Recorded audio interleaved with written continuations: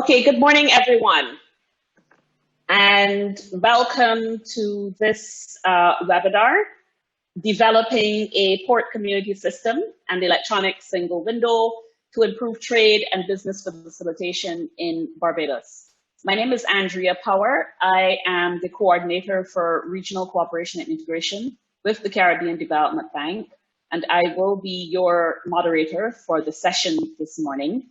I'd like to, first of all, say a special good morning and establish protocol to Ms. Sonia Foster, Permanent Secretary in the Ministry of Maritime Affairs and the Blue Economy, Mr. Owen Holder, our Controller of Customs here in Barbados, and of course, our Chief Executive Officer of the Barbados Port Incorporated, Mr. David Jean-Marie. We also have a lineup this morning of very distinguished panelists who will be more thoroughly introduced later on in the program. But just for a quick review, we have Mr. Hans Rook, Chairman of the International Port Community System Association. We have Mr. Richard Morton, who is the General Secretary of the International Port Community System Association. We have Mr. Warsama Gurrieh, I hope I got that right, the CEO of the Djibouti Port Community System, and of course, Mr. Dwain Powell, Director of the Port Community System Operator, Jamaica Port Authority. Without further ado, I will just, a few housekeeping issues. One is that because of the numbers, I did post this in the chat, but because of the numbers that we have on the call, we will use the chat forum to receive your questions, and I will convey those to the panel and to everyone so that they can be answered. Where we have questions that are similar in nature, to avoid duplication and maximize the use of the time for the question exchange, we will consolidate those for more general responses. With that said, I'd like to invite Permanent Secretary Foster to deliver her opening remarks. Thank you. Good morning. Thank you very much, Andrea. And protocol haven't been established. I'll just get right into it. Actually, these are the minister's remarks, and I apologize on his behalf. He has a cabinet meeting this morning, and he's unable to make it. But thank you very much for the invitation, and thank you all for bringing this together. This is a very important aspect of the port's work, and I just want to thank you for making this webinar possible. So I'll go directly into the minister's remarks. Seaports globally are undergoing a transformation from goods handling centers to interconnected goods information handling hubs within the global logistics chain. In an industry where cost pressures, increased regulation, and stricter environmental standards are manifesting more than ever before, the incentives for ports to exploit digital technologies and connected devices have never been stronger. New technologies are rapidly changing the logistics landscape, hence requesting all transport, logistics, and supply chain actors to be more innovative and agile. The onset of COVID-19 pandemic has not only disrupted trade globally, but has further accelerated the pace of change at seaports, catalyzing a more proactive approach to harnessing the powers of digitalization and smart technology. There is a clear need for a stronger focus on data sharing activities within a port setting. This is being driven by demands for optimal port operations through real-time navigation and automation.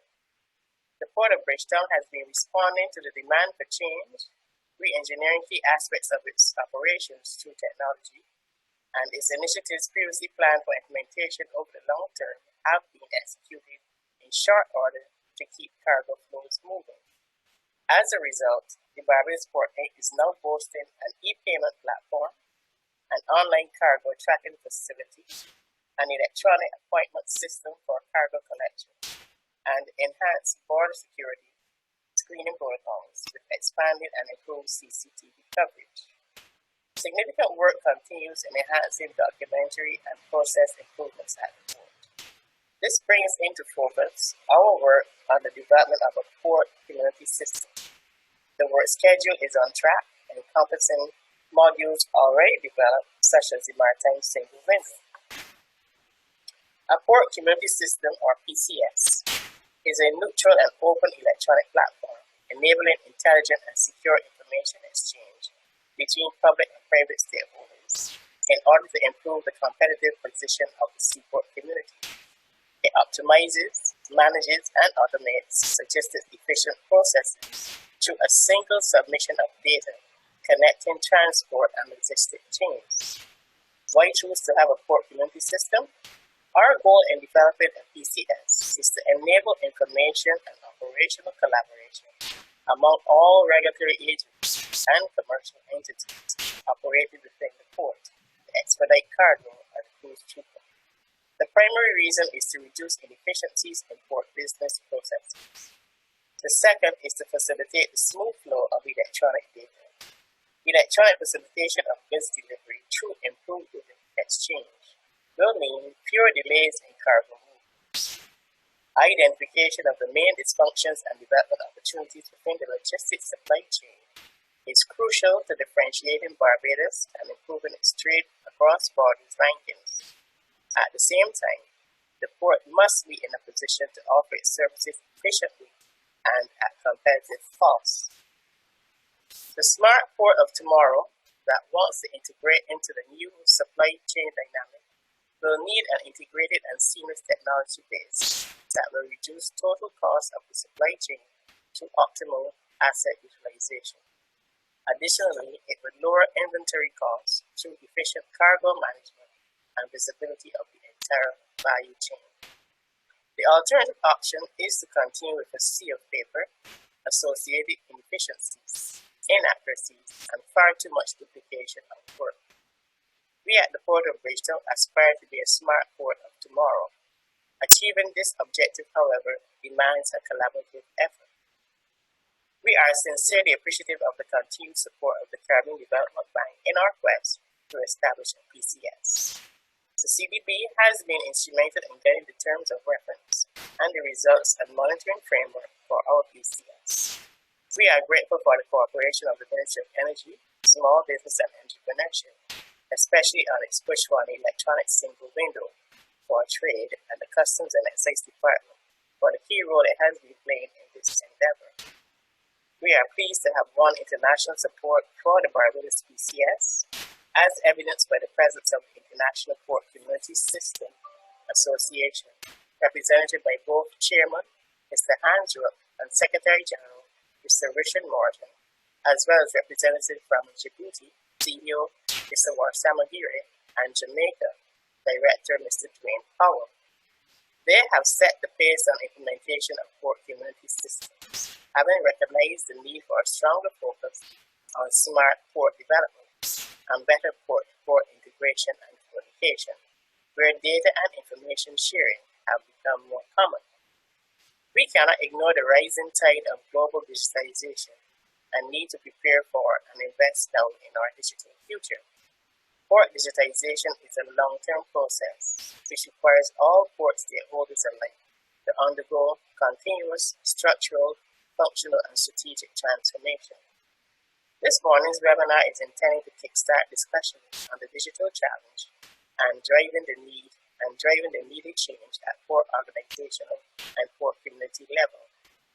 For us here today, representatives of shipping lines, agents, freight forwarders, importers and exporters, Barbados Port Inc., customs, ministries, and other authorities within the port community, we must be prepared to agree and make bold moves to position Barbados' maritime sector for the future. Looking ahead to the near future, we have big plans that we are working toward every day. If we stay focused on that future and work together, we can chart a forward-looking course for many more years to come. Thank you.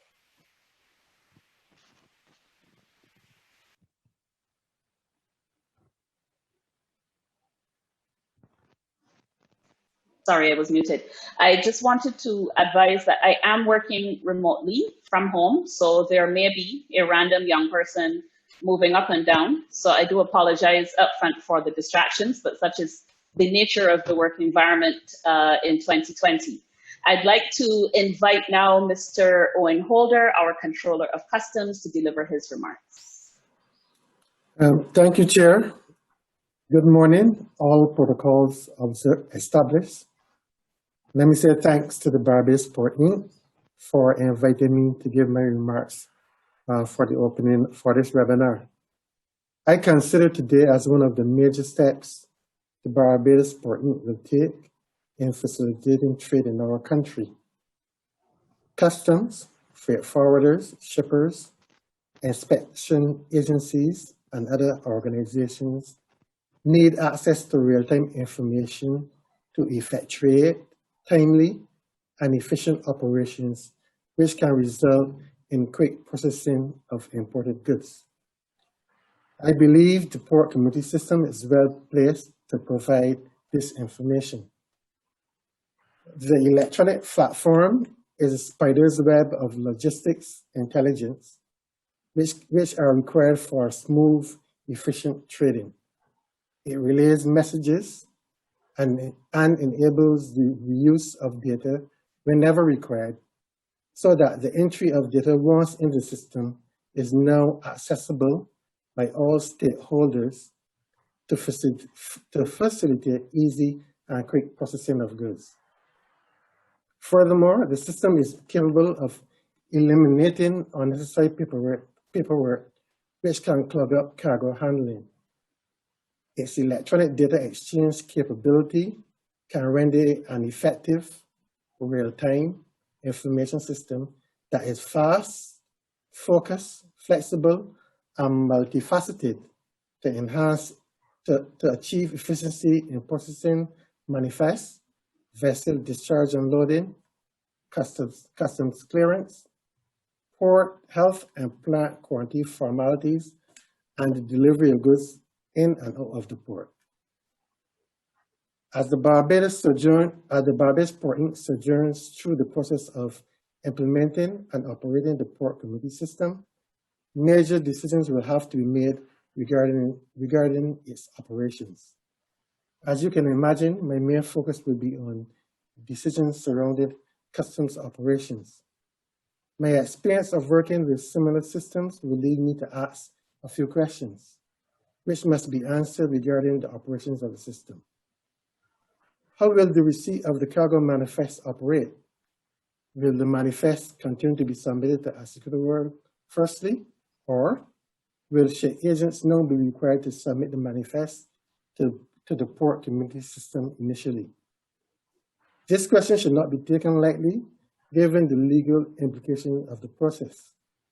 You should note that these were major questions which had to be answered in some destinations as they sought to implement the port community system. Another major and important question to be answered or decision to be made is, will the port community system interface with ASICO the World? And if so, what will be the data components to be pushed or pulled by each system as they interface with each other? I am confident, however, that these are questions under consideration and will be easily answered at the appropriate time.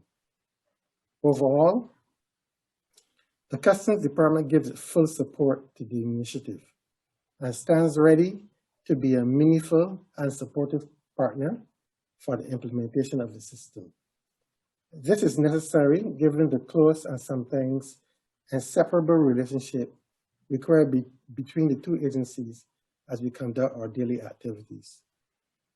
I assure the CEO that I'm accessible to lend my expertise and experience where required, since I was previously closely associated with the implementation of ASICO the World and a port community system.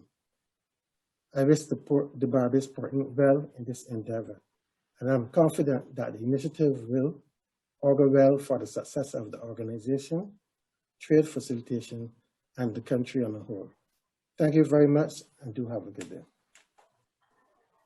Thank you very much, Controller. I'd like to invite Mr. Hans Rock, Chairman of the International Port Community System Association, to deliver remarks. Thank you, Andrea. Ladies and gentlemen, welcome to this session, a very important session for the Port of Barbados and Barbados in total, I think. On behalf of the International Port Community System Association, it's a real pleasure to be part of this important event focusing on port community systems and single window. It is disappointing that we cannot meet in person due to the ongoing impact of COVID-19, but hope that the situation allows to visit Barbados in the coming months. I mentioned COVID-19, and we have seen an increasing reliance and awareness on digital systems in ports due to the ongoing pandemic. Too much paperwork that is handed over a number of times from person to person. The virus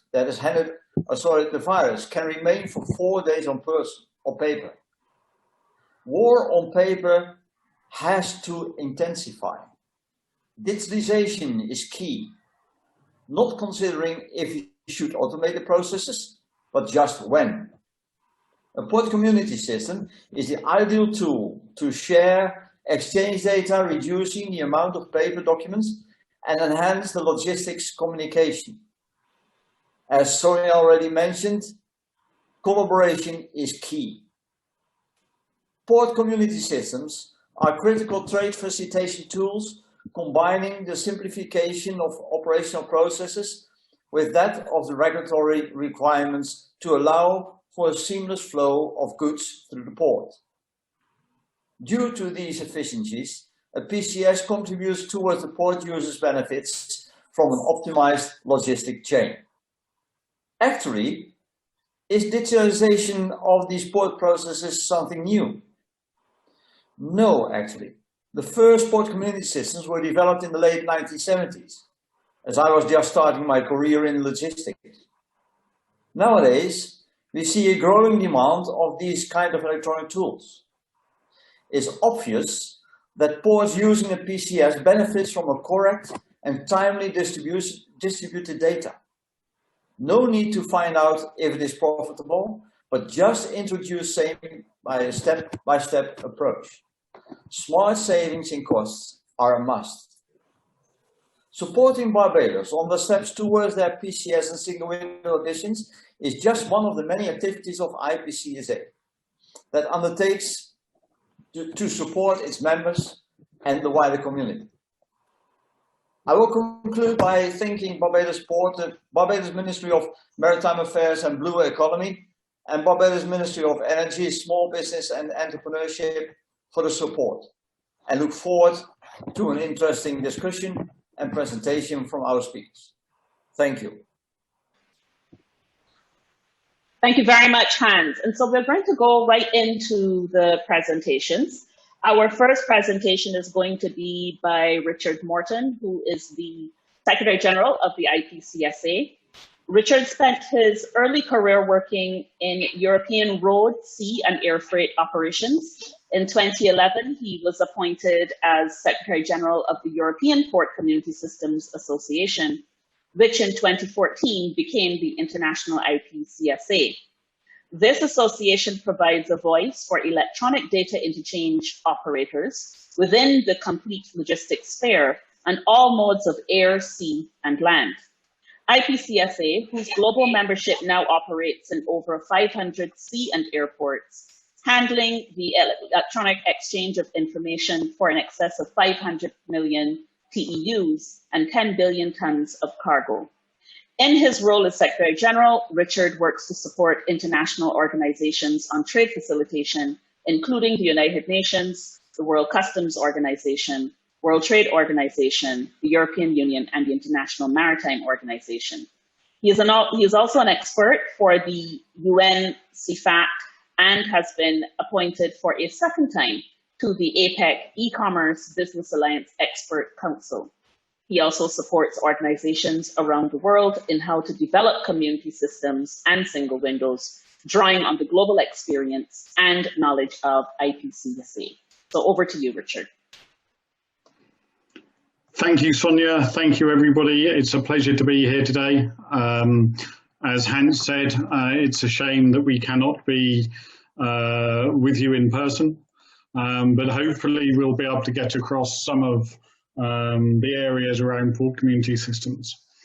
So my area will be talking about the higher level elements of what a port community system, the benefits are, and the sort of things that small and medium-sized ports need to look at, and also trade facilitation. Some of the questions we've already had from the controller, I'm sure both Dwain from Jamaica and Warsama from Djibouti will be able to answer, as they have had very similar challenges in the setup of their port community systems. So hopefully you can all see my presentation now. This will be available afterwards for people to download from Barbados Port. So just a little bit about IPCSA as an association. We formed 9 years ago. We now have over 50 members operating in over 50 countries. And we have a number of them joining this call as well, from Belgium, from Djibouti, from France, who support us in our activities around the world. As Andrea mentioned, we now have members across the world covering over 500 sea ports, airports, and border crossings in landlocked countries. Because actually, when you look at trade facilitation, the processes within seaports or airports or cross borders are generally the same. It's a different mode, but your customs processes, your border controls are generally the same, which is why we have that membership. And we also have single window operators as members. Some operate port community systems and some are just trade single windows, such as Chinese Taipei. So what we try and do is share that knowledge from around the world with ports and airports in order to support them in developing, whether it's a port community system, a maritime single window or similar. To give you some idea, a lot of people will say to us, oh yes, but you just have the big players. Well, if you noticed in the middle there, we have Port St. Martin in the Caribbean. And then we have Lodging in China, which is the Chinese national logistics platform. So we have members of all sizes because they all have the same challenges, just on a different scale. And so actually we support all members in all of those activities, working with international organizations in order to support trade facilitation around the world. And just to give you some idea, we call ourselves an IPCSA family because our membership is very close. They share and exchange knowledge and information. And as of the 1st of January this year, the ProTech Group, which is a group of port authorities that develop and maintains electronic messages and data exchange in ports, integrated into IPCSA, bringing with it a number of the messages that it's designed in the last 20 years. But we have to communicate with our members, and we do that through our own bespoke members' social media network. We use digitalization in order to communicate with our members as much as our members use it to communicate with their users. And then finally, we launched our Network of Trusted Network, a trusted and neutral exchange initiative for cross-border and port-to-port information, which I'll explain in a few moments. So getting right to the subject now, after giving you some idea about the types of things that we as an international association focus on. And I think sometimes it's good to get back to basics and to avoid confusion. In different parts of the world, people see things differently. From a association point of view, we see port community systems. They generally focus on cargo, matching those logistical flow of information, the business to business, the business to government, and government to business, with those of the administrative flows. So they link into port authorities and other elements or single windows. Some parts of the world are looking at maritime single windows or port single windows. And that focus very much is around the port regulatory requirements, the IMO FAL guidance, FAL forms that are required to be reported electronically in ports around the world. And that looks at business to government, government to business, and government to government, relating to connecting all of the administrations together. And then you go up to the highest level, which is the national single window, or trade single window, as it may be called, where they bring in all of the parties together to allow for a single submission of information. Generally, again, for regulatory requirements, However, in some countries, such as Morocco, they started with a port community system and it became the national single window, the trade single window for Morocco, covering 14 ports, 5 airports, and 28 government agencies, allowing trade in Morocco to benefit from the simplification of processes. So it's always useful to start at that point. And again, this is very high level. So for those users of a potential Barbados port community system, this is more of the higher level strategic area where the governments need to focus their attention. But what do we see a port community system as? We see it as a trade facilitation tool. It's about connecting existing or new systems. It's not about creating a single IT system that governs everything. It's about exchanging information between existing systems, whether they be regulatory systems such as customs or border controls or phytosanitary, or traders' own systems, their own networks, their agents, their shipping lines.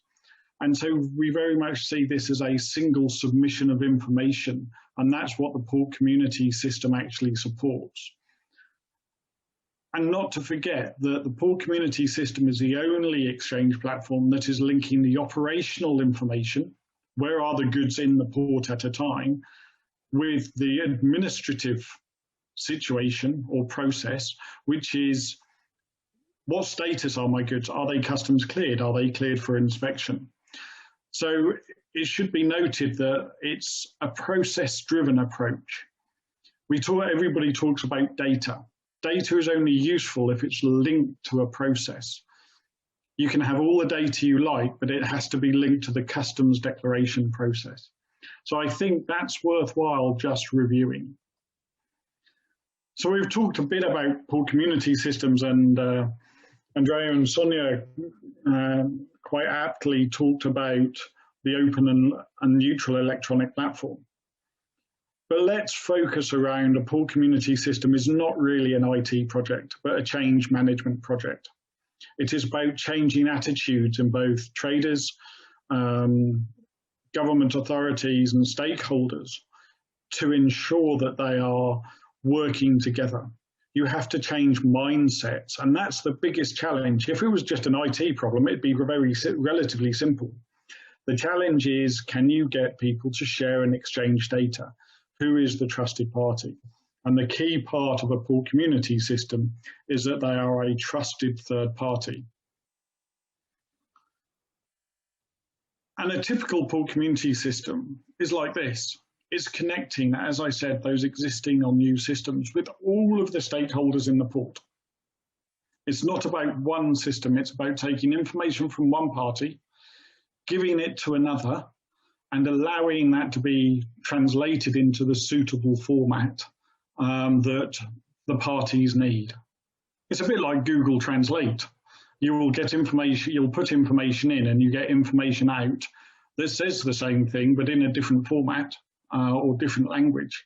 And that allows all of the parties to receive information in one way and send information in one way, and the next party receive it in another.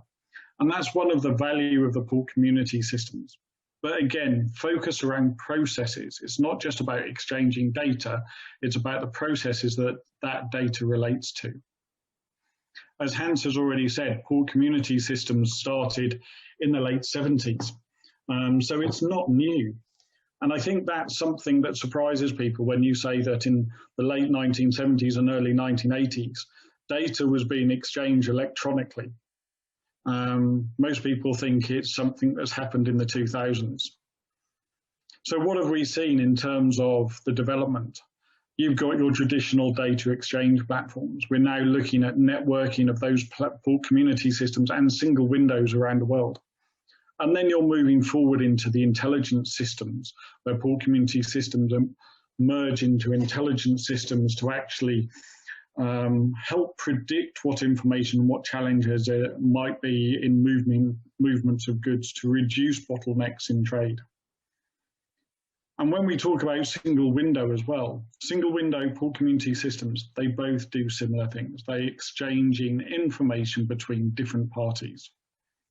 They're just, the parties that are involved may be different for a different purpose. So in terms of the higher level side of things, what are the benefits? It's neutral, you can trust it. You can share your information as an agent and no other agent will be able to see that information. As a freight forwarder, as a shipping line, your information is secure. They're relatively low cost in terms of development compared to many of the other solutions that you will see. And they're called community systems for a reason. It's a community solution created by technology, not a software solution. I am sure you will hear later on that it's bringing the whole community on board, whether it's government agencies competing for different roles, or whether it and have different viewpoints, or whether it's the trade worried about sharing information between different parties. But the port community system is a neutral and trusted party and therefore can exchange that data simply between all of the parties involved. And again, focus around community.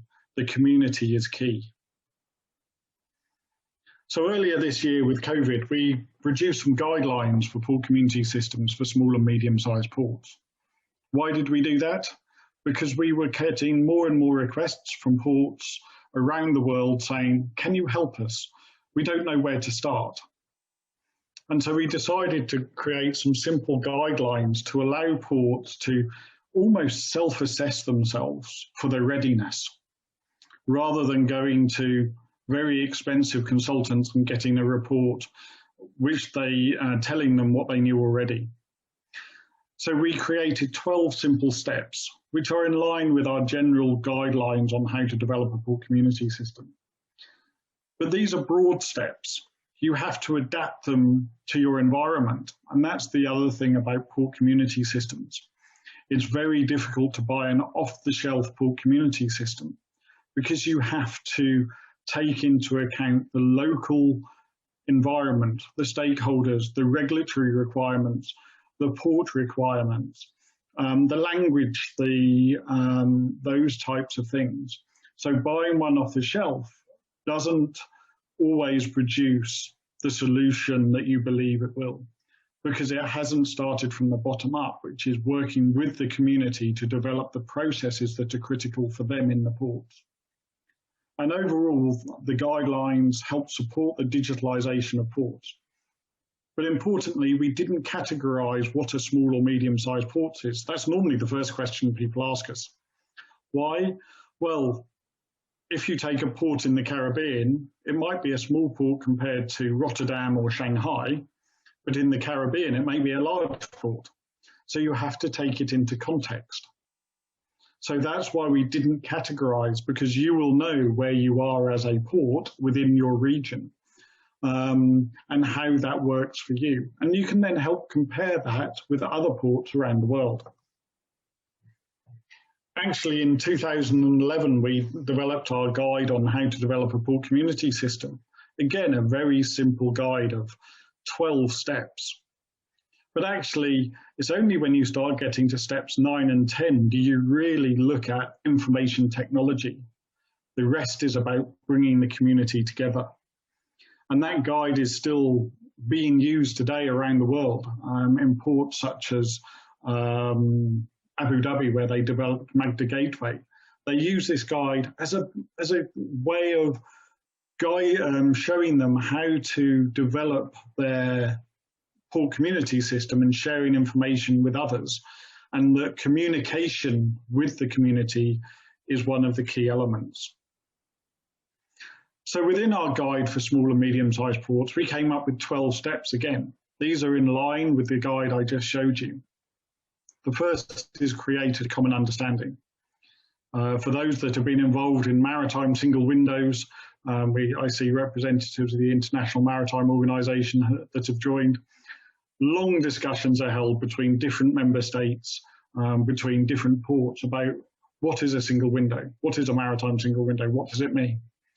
So again, the first thing you need to do is create that common understanding so that your users within a port know what a port community system is. Once you've done that, you then need to look at what you have in the port already. If you don't have a terminal operating system and it's still done manually, to start looking towards a port community system will be a challenge because you're missing a key piece of the puzzle. And we know some ports in the Caribbean struggle to find suitable terminal operating systems at a price that is suitable to them. So again, you need to do a digital review. Where are you with Maritime single window? Have you implemented a Maritime single window through your port? If you have, you're already exchanging information. Can that be used as the basis for a port community system? So as a port, you know what you have and you know your national environment, so review it. Constantly throughout the process, then look at stakeholder engagement and feedback. Working with the users or potential users is critical. And that should be an ongoing element throughout the process.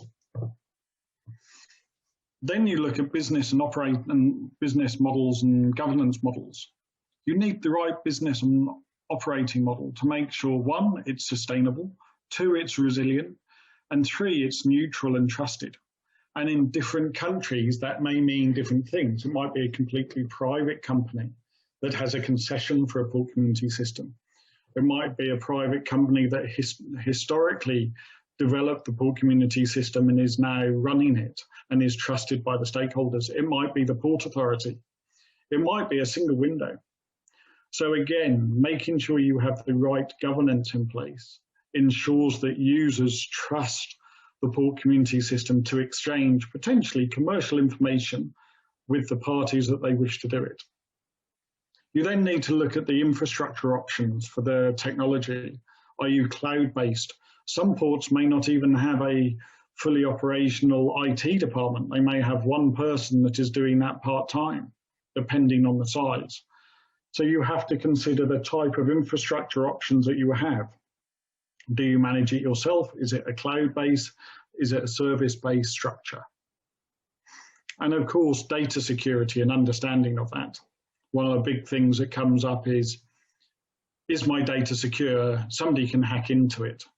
And that's something that is core to the business and operating model. You can't be trusted if you can't keep your data secure. But it's also about what users of port community systems. They need to ensure that their data security, long gone are the days where you can have a yellow post-it note stuck onto your screen with your passwords on. And that still happens today. And so with cybersecurity, it's always users can be sometimes the weakest link because they're not used to the cybersecurity protocols that are required.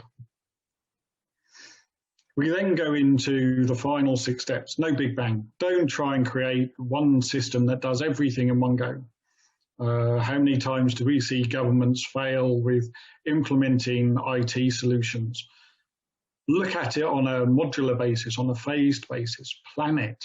That takes you to plan, review, share, and implement. Constantly plan and change and update. Analyze your processes. Review them with the stakeholders. Share in advance of any implementation so that they are part of the process. And then you can launch it with them. And we can't stress enough the communication. Communication is critical.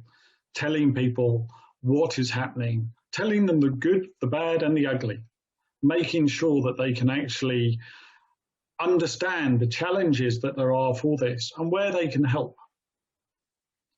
And again, look at international standards. We know ASACUDA has its own standards from UNTDED, UN Trade Development Directory. And again, how do you do that? How can you use those standards? Is that for the PCS, or will you need to use the shipping line standards that they currently use, such as EDIFACT or the future APIs?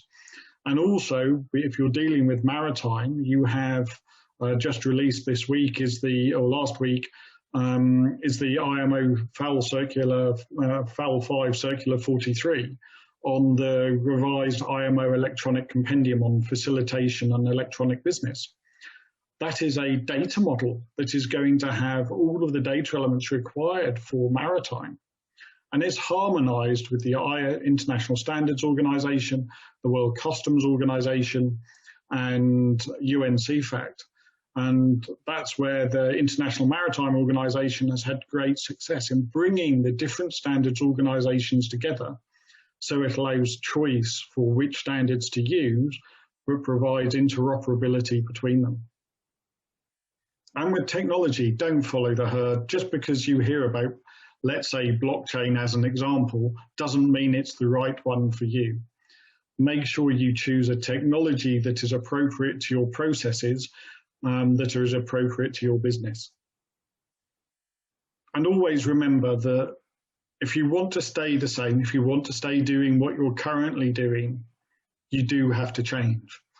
And with COVID as it is, you are still moving goods through your ports, people through your ports. And that you're going to continue doing that, but you have to change the way you do it to allow for the restrictions that are in place and the digitalization. So just to re-emphasize, make sure that your businesses drive the processes, so your community drives those processes and understands them. Those processes drive the technology that you choose, and then that technology enables those businesses to do better and more efficient business. It's about collaboration, it's about planning, and it's about investment. There are some links there to some useful documents in terms of some of the things I've talked about for port community systems. But just before I finish, I'll talk about globalization. One of the things that ports are involved in is a global world. It is about sharing and exchanging information. Transparency is required by the supply chain more and more. You can track cargo from eBay or Amazon or Alibaba with a click of a button. You can't do that in many maritime flows. And so what as IPCSA did on the 1st of July, we launched our network of trusted networks, which is a neutral and not-for-profit platform enabling the cross-border exchange of data between ports and countries. This combines the contractual flow, as in what can I do with this data, who can do something with it and what they do, as well as the operational flow of that data. And it is purely for port to port and cross-border. We have standard APIs, interfaces that can be used. As we said, structural contractual flows. And the data is encrypted. We don't store the data. We're not interested in the data. It's not about mining data or big data. For us, it's about making sure that those who share the data know who it is being shared with and have total control over it. All we know is that something has been shared. The port community systems and single windows already do authentication of all of their users at a local level. So you have a level of trust which isn't there at the moment in many platforms when they share information between different parties. And it also allows that the different platforms maintain their current models, they don't need to adapt. But what does that mean? Well, in the first instance, our catalogue of APIs include port call information. How do you share that information on estimated time of arrivals, departures, actual time of arrivals between ports? And more importantly for users is, what is the status of my cargo?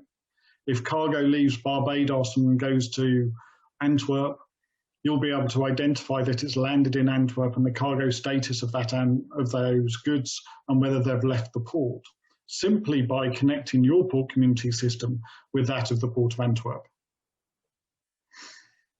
And this initiative has already seen success. We now have 42 seaports in over 14 countries signed up to be part of it, and also 10 airports as well. And we have many of our members who have shown interest, but of course COVID has meant their priorities have been to focus on the processes within their ports, and they're looking towards 2021 to be part of this network. So overall, when you're looking at port community systems, think about the community first and foremost, and the technology solution as supporting and enabling that community to manage their processes better. Hopefully that's given you some idea around what port community systems are, how they support single windows as trade facilitation tools. And you'll hear more about details of what a port community system does from colleagues from Jamaica and Djibouti shortly. Thank you very much for your time. Thank you. Thank you very much, Richard. So we'll move right along and now hear from specific case studies from around the world. And we are going to hear now from Mr. Warsama Gurrieh, who is the CEO of the Djibouti Port.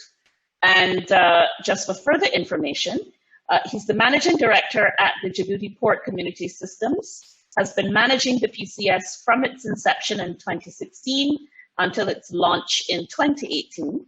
He has also worked as technology director at the Djibouti Ports and Free Zones Authority, handling large-scale tech projects for Djibouti International Free Trade Zone, Djibouti National Shipping Company, Air Djibouti, Port Authority, Port Secure Djibouti, amongst others. His expertise is in digital services, business to business, as well as business to government, and tech project management in the transportation and government sectors. And Mr. Warsama, I would like you just to confirm that I have pronounced your last name correctly. Thank you. Yes, thank you very much. You did that correctly. Let me share the presentation.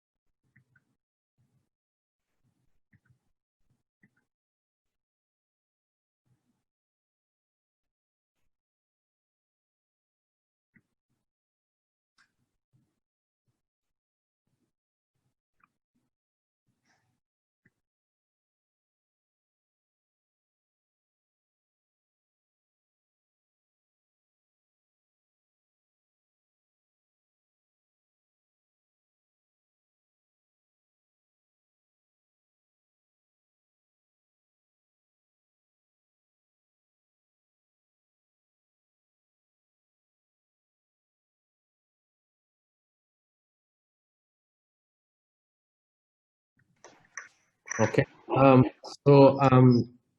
So basically, I'll be presenting a perspective of like building a PCS from Djibouti, and the choices that we have made in terms of the conception of a port community system are linked to our local needs and logistics, basically. So I'll be giving some background information that will justify basically those choices when we were setting up the port community system in Djibouti. So Djibouti is a small country in East Africa.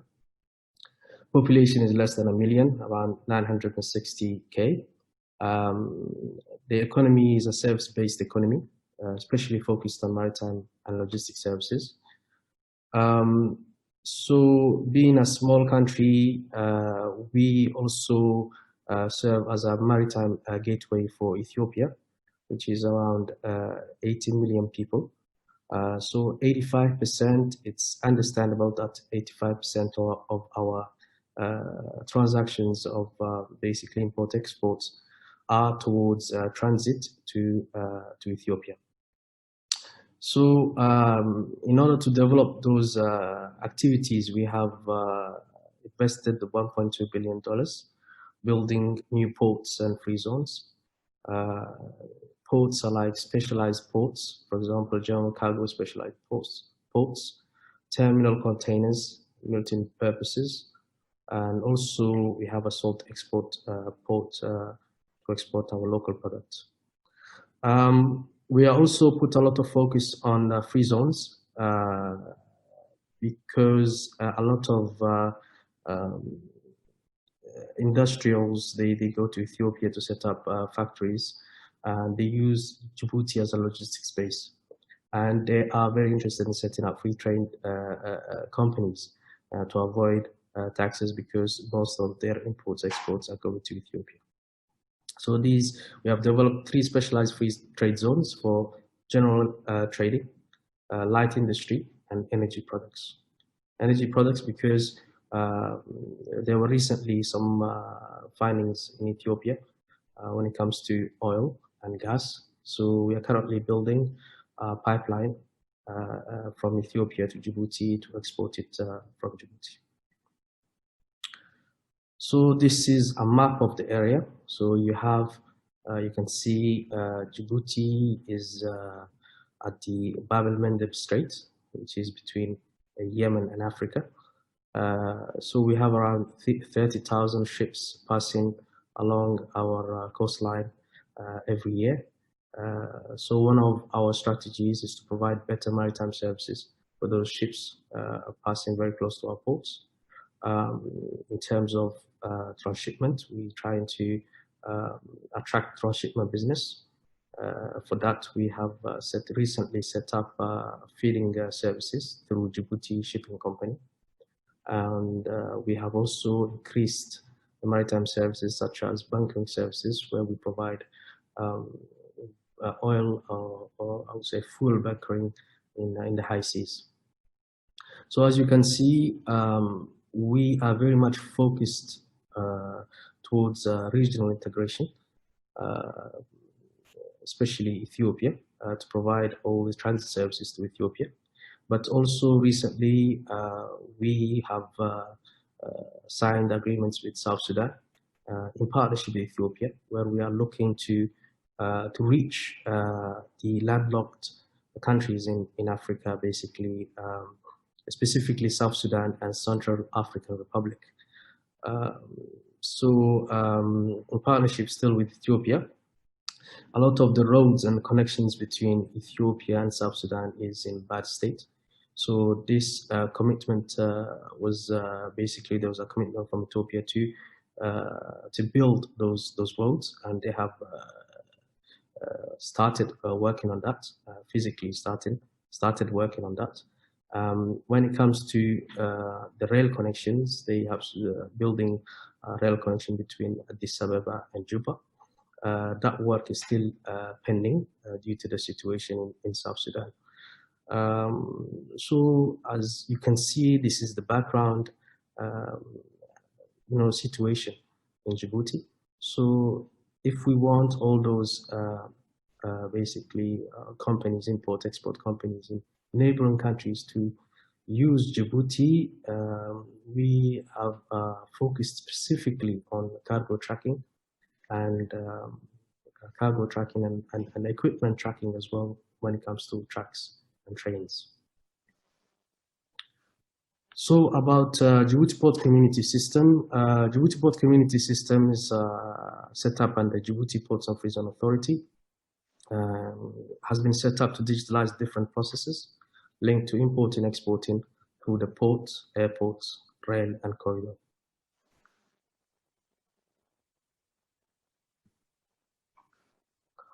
So this is the setup.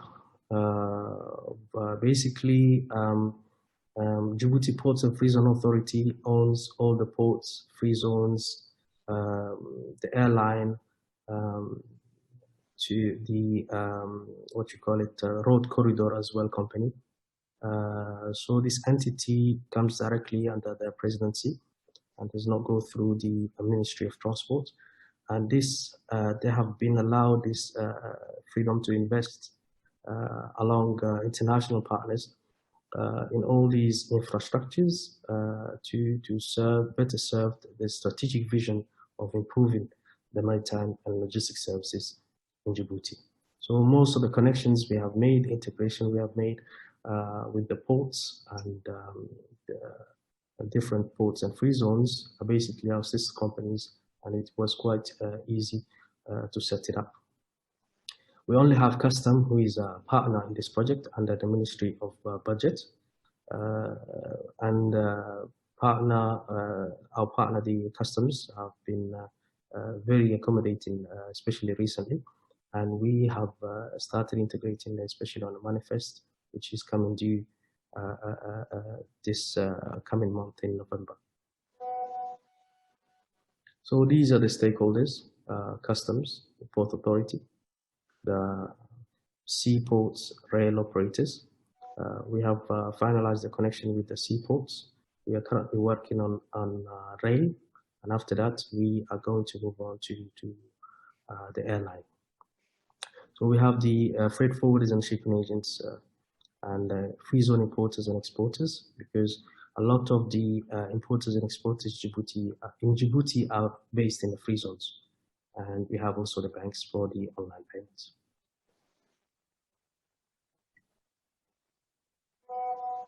These are the features.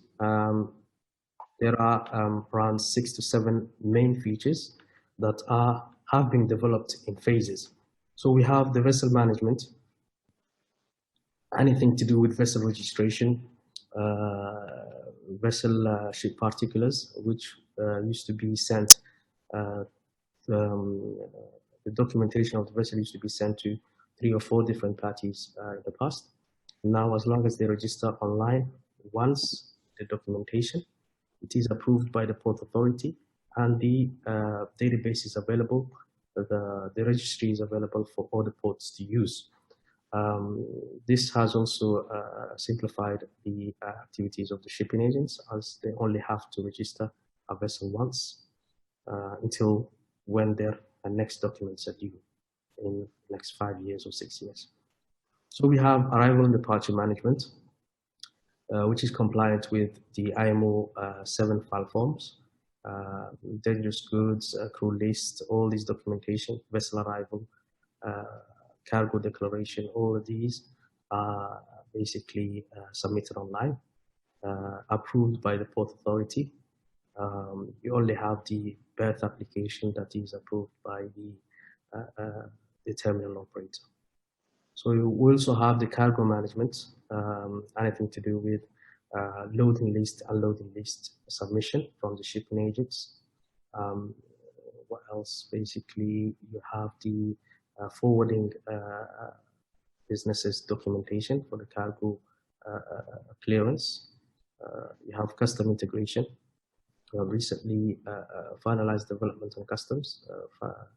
We are currently in testing phase and due to release next month. We have e-gate appointment for the ports and anything to do with booking your slot for the delivery of the containers or the cargo, and the printing of port gate pass. Transit corridor services are very important since they help keep track of incoming tracks and outgoing tracks. And at the same time, they provide visibility to the final customer in the neighboring country, Ethiopia, where they can see whether the truck has gone through a checkpoint, or basically what type of container it was carrying, and all these type of things. And you have also the integrated online payment, which is specific to the port community business, anything to do with B2G or B2B. Even like we have recently introduced the payments between the shipping agents and the forwarders.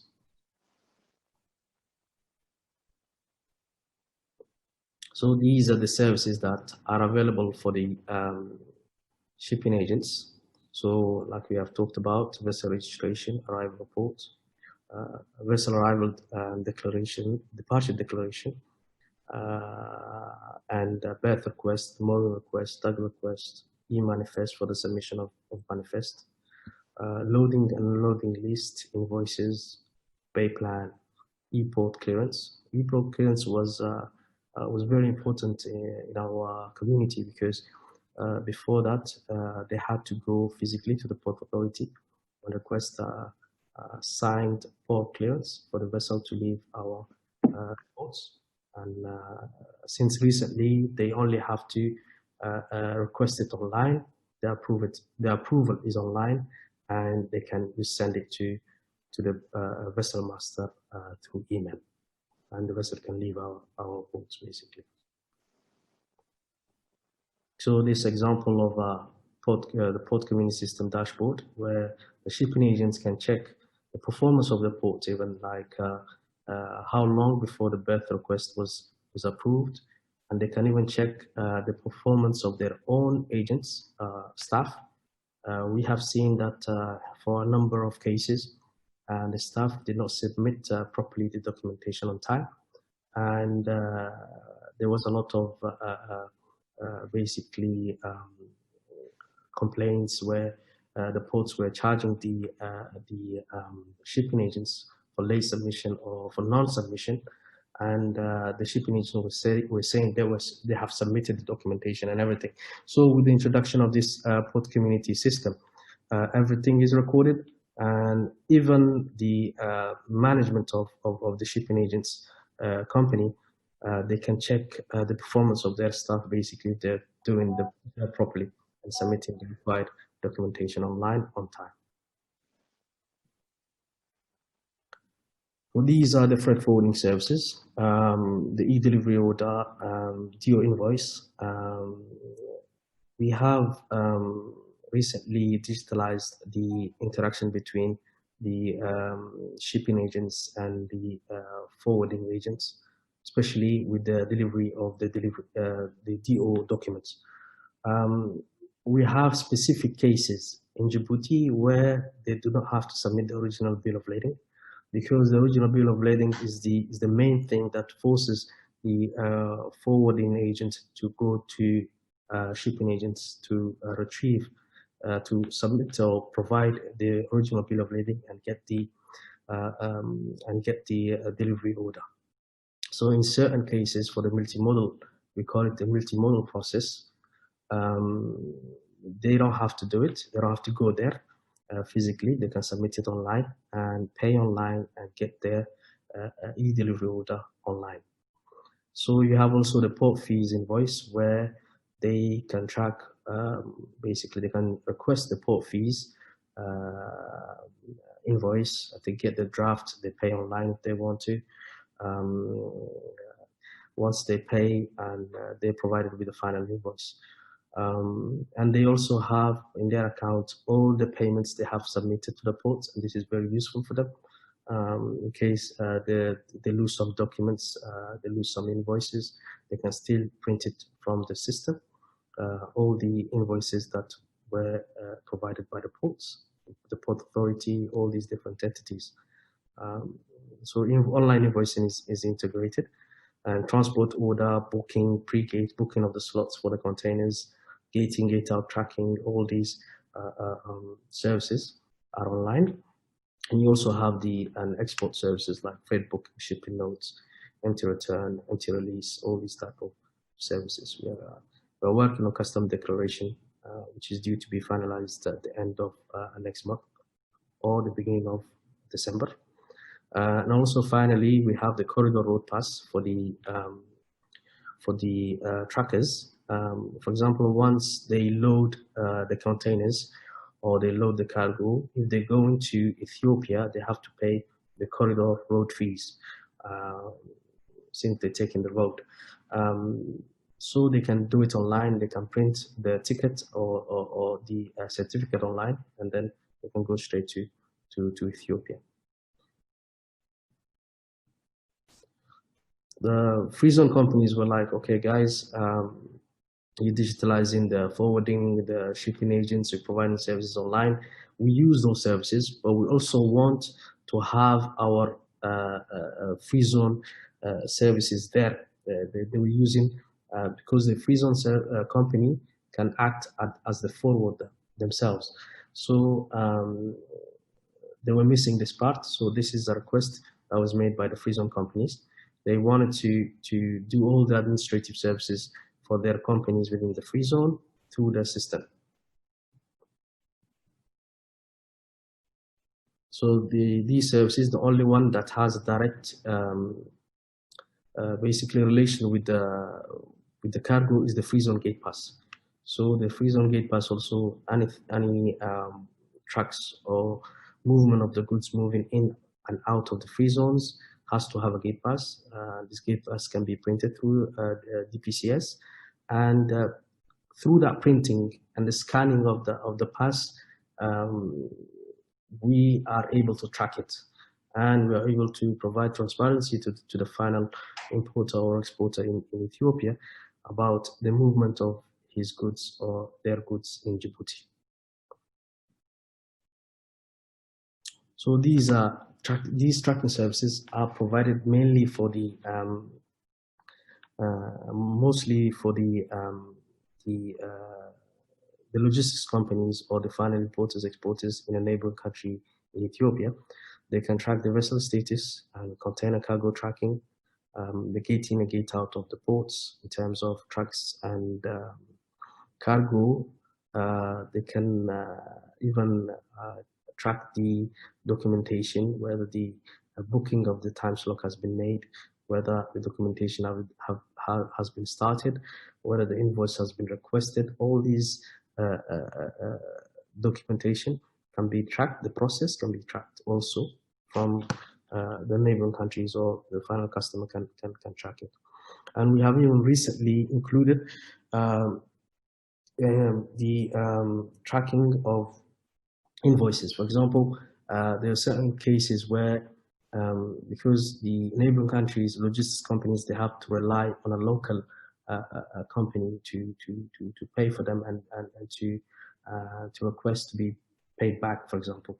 For example, they pay the port fees for them, and then they add their service fees and everything, and they request to be paid back from the neighboring countries' logistics company. So what happens is that if the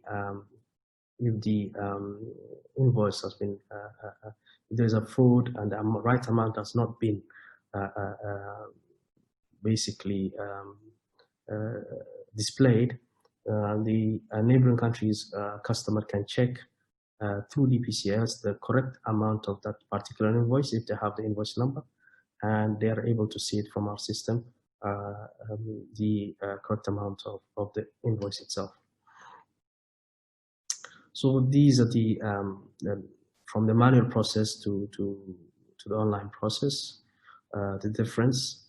The manual process used to take about 1 working day. Now, if they go online, they can finalize the process. Normally, they should finalize the process in 1 hour.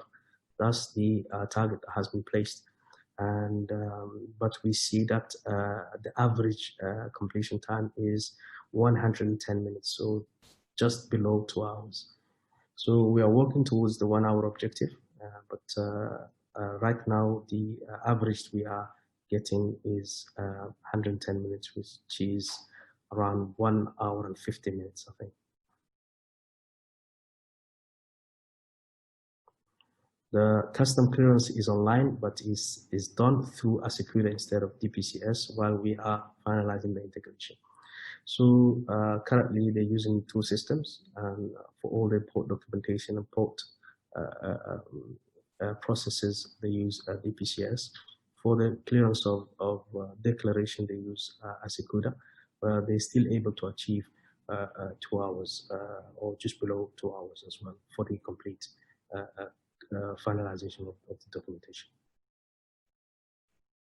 So these are to give you an idea of the different offices that the forwarder, typical forwarder, has to visit like 2 or 3 times a day to finalize the documentation. So this is the reason why it takes them around 1 full working day, because they have to get the invoice from the port, they have to go to customs for the declaration, they have to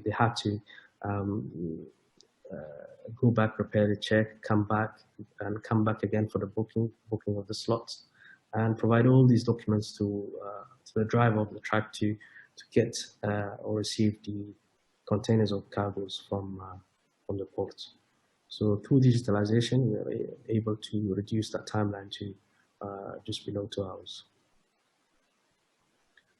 So these are some of the documents that they can print through the system, and that can be tracked as well based on the activities they are doing at the time. So we have the port clearance certificate, online port clearance certificates, where required for the vessel to leave. You have the port gate pass that has to be scanned at the gate in, and for the gate out to receive EDI from the port as soon as the gate out of the container happens, and we are able to display that in our system.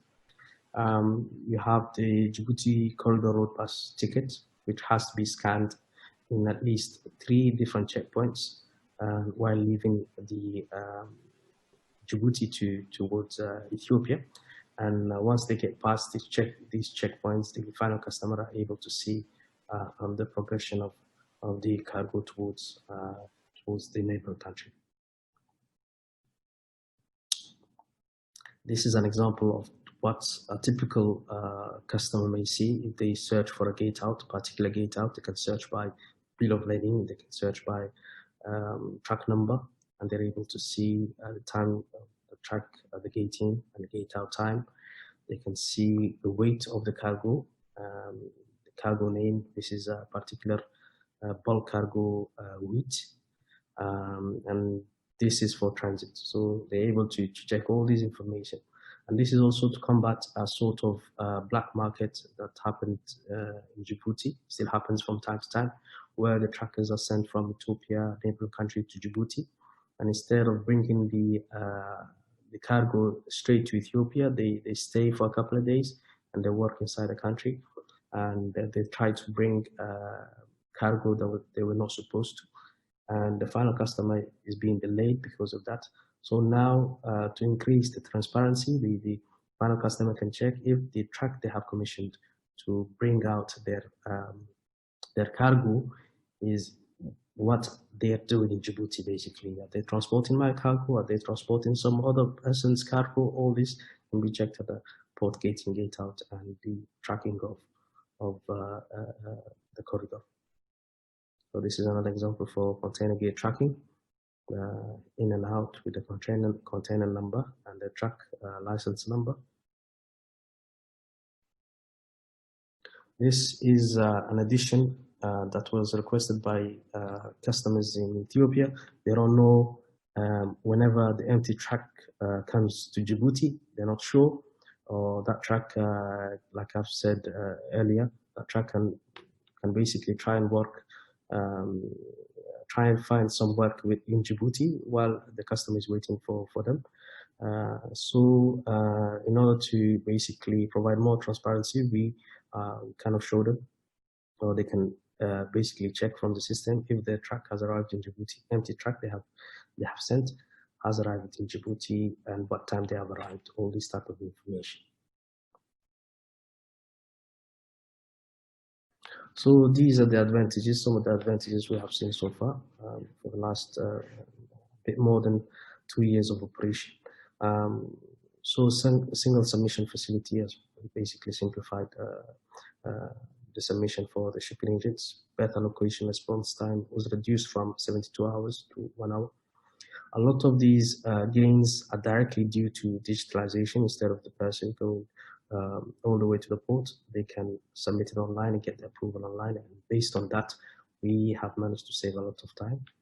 And there was also a 1 hour response time regulation enforced by Djibouti Ports and Free Zone Authority for all the port services, anything to do with berth allocation or response time. All these response times, they have to do it within 1 hour.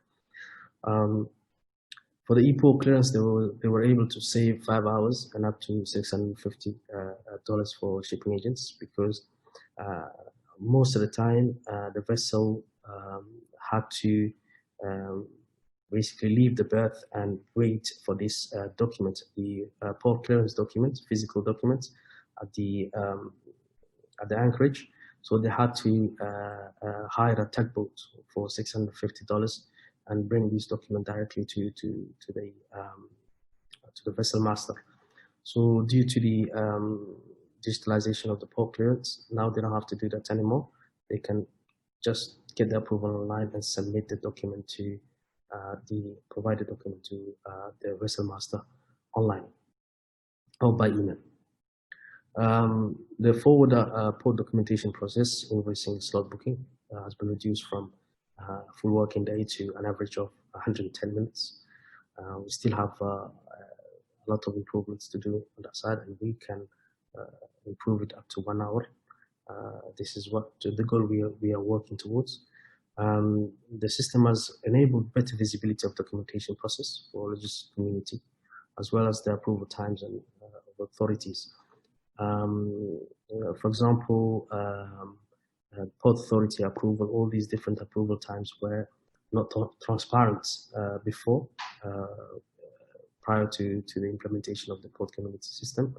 Now we can follow up and we can see whether the approval times have improved or basically they are worsening. So this transparency has basically contributed to faster approval times from the authorities. Better tracking of cargoes, of trucks specifically in the transit corridor. Before the implementation of the port community system, there was no way of knowing whether for the final customer, whether the truck has arrived in Djibouti or not yet. Increased visibility for the importers and exporters in Ethiopia, neighboring country, for the freight forwarders activities, like document submission and approval time. They can, not only for truck and cargo tracking, they can also track the documentation process at the same time. So these are the advantages we have seen so far, and we still have a lot of work to do. We want to basically integrate trains, statuses, and train documentation as well in the near future, in the next 2 to 3 months. And after that, we still got the airline as well for the air cargo to integrate. And we have also been asked to integrate with the sanitary and photosanitary certifications for the local products. When they live in the ports, they need these health certificates basically to certify them for local consumptions. So it's under the Ministry of Agriculture, and we have started discussions with them on how we can basically include them in this integration with the cargo process. So that's it from my side, and thank you. And I'll be willing to take your questions later on after the presentations. Thank you, guys. So thank you very much, Mr. Gurrieh, and let's not carry further because I'm really anxious for us to get to the questions. I'm going to ask Mr. Dwain Powell to deliver his presentation. And just a little bit about Dwain. He is currently the Director for the Port Community System Operator for Jamaica. He has been leading a national strategic project for Jamaica since April 2012 at the Port Authority of Jamaica, whereby a port community system will be implemented and operationalized for Jamaica. He currently interacts on an ongoing basis with the private sector, government and multilateral agencies with respect to strategies and plans for improving the cargo trade and logistics within Jamaica, thus ultimately improving the doing business landscape.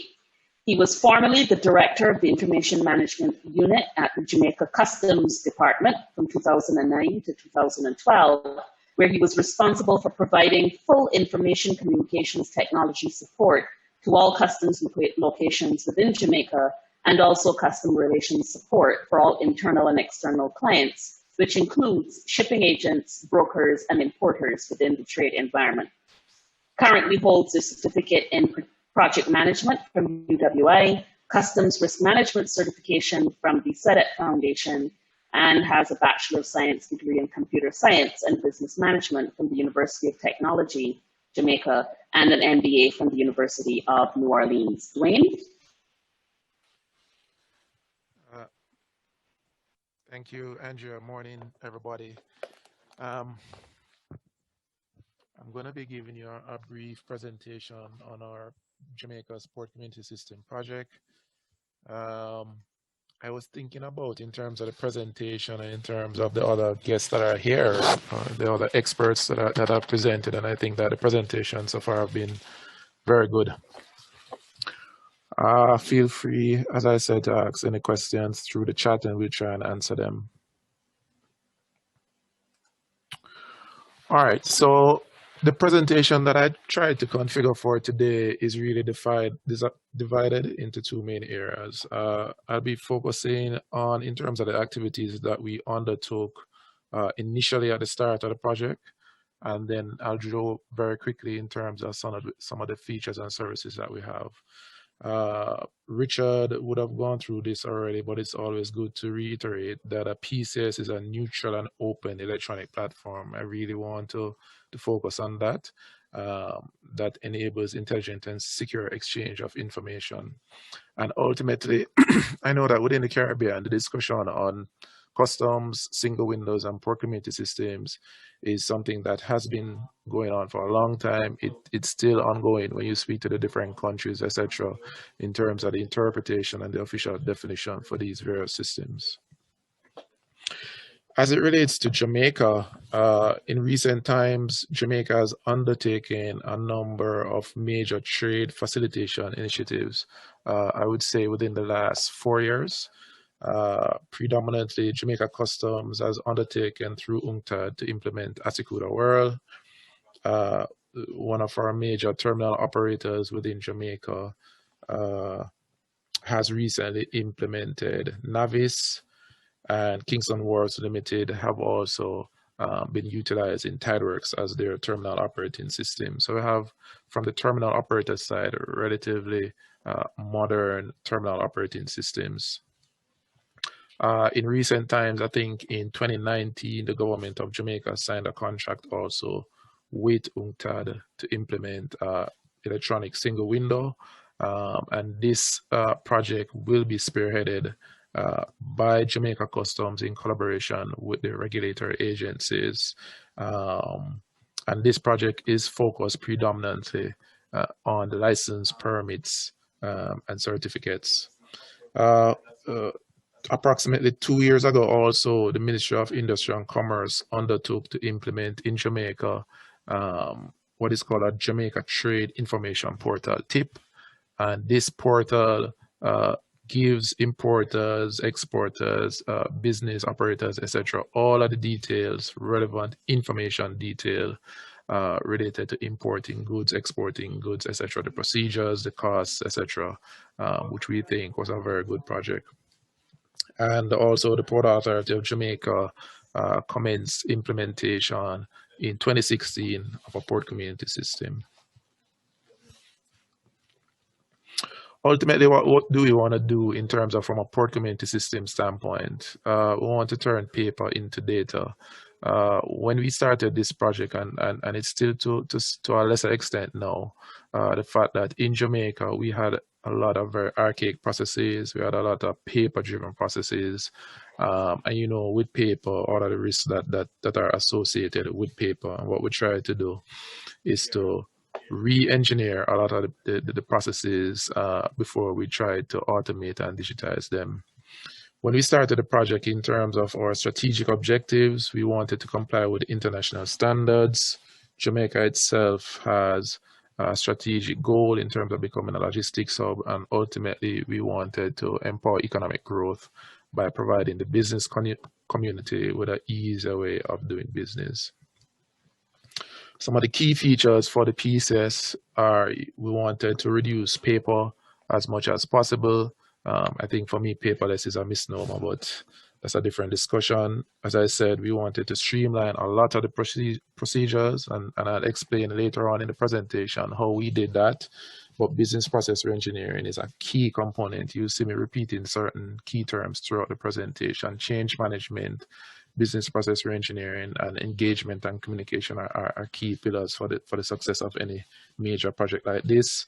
The system is event-driven. We have to obviously integrate, and data security is paramount to our activities. In terms of the port community system, we see it as a single window for trade, logistic, business processes, and that would include business to government activities, and government to government activities also. And ultimately, we want to optimize, collaborate, and obviously automate. In terms of Jamaica's scope, it does cover both maritime and air. We have implemented the various modules in phases. We had focused on the maritime sector first, and we are at the tail end of the project now, where we are now focusing on air. So we expect by once things go well, by the first quarter of 2021, we should have started in terms of the implementation of air processes. So ultimately, what do we want to do? We want to try and streamline a lot of the procedures through the PCS, which is a message broker, and to integrate with a number of the various stakeholders. What we had seen previously is the fact that a number of the stakeholders have invested in their systems, in their resources, but a lot of these systems were not able to communicate with the other stakeholders. And as you can appreciate, in terms of a streamlined logistics chain or even the supply chain, the sharing of information, real-time information is critical to everybody in terms of companies anticipating the processes when they can get their cargo, consistent and reliable processes. The port community system is a very large project within any country. It's a major project, and as such, it has a number of different stakeholders. And one of the key things that you must understand with this project is that you have to engage and communicate from a very early stage. Do not leave out our first recommendation is that do not leave out any of the stakeholders. They may be small stakeholders, whether in terms of numbers or size, but everybody must have a chance to come to the table and to present their thoughts, etc. So what is the first move in terms of Jamaica's perspective? We had government and private sector buy-in. In 2012, the project was started in earnest by a cabinet decision that was done by the government of Jamaica. But even before that decision, the Shipping Association of Jamaica have been strong proponents of a PCS. They had undertaken various studies. Their members would have seen other countries that would have utilized and seen the benefits of a port community system, and they have always been very vocal and very strong proponents. So we had both the private sector buying and the government buying at that point in time. Jamaica Customs Agency, in that cabinet decision, was made a partner with the Port Authority of Jamaica being the lead agency. And that was very, very strategic. When implementing any major trade facilitation project, you must ensure that customs is with you. And that cannot be understated. The customs plays such a significant role, whether from a legislative standpoint, whether from a data sharing standpoint, whether from an enforcement of process standpoint. And so we were very strategic in terms of ensuring that customs was with us throughout the project. Customs would know that we've had a lot of discussions, a lot of back and forth in terms of processes, etc. But they have always been a very good partner with us. And obviously, the Shipping Association of Jamaica was made a strategic stakeholder, and they have also been very vocal. They have played a very important role in terms of the rollout of the processes, in terms of providing us with feedback, telling us what can work, what cannot work, etc.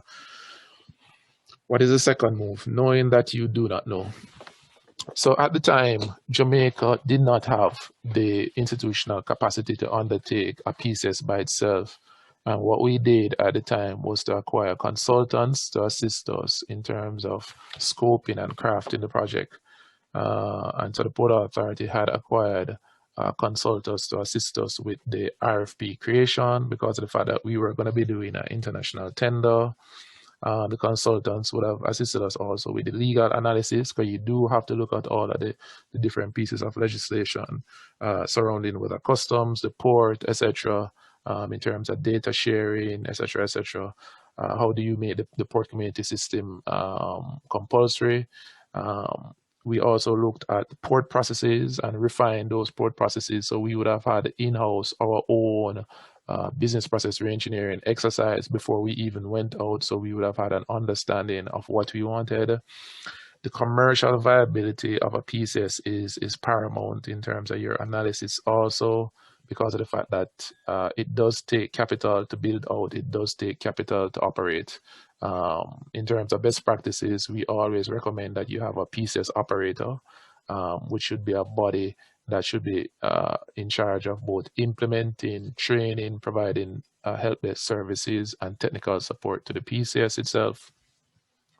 We also looked at the technological implications because of the fact that obviously at the heart of it, it is a system that must integrate with a number of various systems, whether from the shipping lines, whether from the terminal operators, whether from customs, Asikuda World, or whatever other custom system you may have. And then obviously we have to look at the commercial model that you would be pursuing. Just a FYI, Jamaica initially, when we started our project in 2012, we started it out as a PPP project, a public-private partnership. And the thought process at the time was that we would have gotten an external vendor to come in to provide the resources to build out the system, and then they would recuperate their fees through a PCS tariff that would have been implemented. We went through that process, and that was a very important process because we would have learned a lot of things, but ultimately Jamaica decided to go through a contract service in terms of a regular contract where the Port Authority would have provided upfront financing for the project, and then ultimately we will charge the community at a point in time once we have fully implemented the project. So the commercial model is very important, especially for a number of ports that may be smaller and you have to look at return on investment. In terms of the third move, we would have then done an international tender. As I said, we would have selected our PCS partner. From a governance standpoint, we would have created what is called a PCS steering committee, and this steering committee would oversee the entire process. So that steering committee would include both public and private sector stakeholders, the SAJ, which is the Shipping Association of Jamaica, the Truckers Association, the Custom Brokers, the Freight Forwarders Association, Ministry of Finance, Ministry of Transport, the Port Authority, Customs. So all of the major players within the sector would be at that table and would give their feedback, their recommendations, etc. And that committee still exists. We meet monthly, and then from that committee, if there are action items, then what we do is that we form working groups with the operational persons to go through any of the issues, come up with solutions, recommendations, new processes, and then we filter that back into the steering committee. So it's a very cyclical process in terms of how we find the solutions. The fourth move is change management, business process reengineering, and engage. And you have to repeat. As would have been said by a number of the presenters earlier, the project is a change management initiative. Don't make the mistake in terms of the cliche of making this project into an IT project or assign it to IT persons. It's predominantly a change management project. Yes, it does have an IT component, but it's really a change management initiative in terms of the processes, in terms of how you go about really changing how businesses do business on a daily basis. And it's very important that mantra is consistent throughout the project. Clearly define the scope of the project. In any port community, for every port community that I've looked at, there are always challenges, right? Different challenges based on the maturity of the port. And as such, in terms of the scope of your project, you have to be very specific in terms of what you want to do as it relates to a port community system and what port community systems generally do.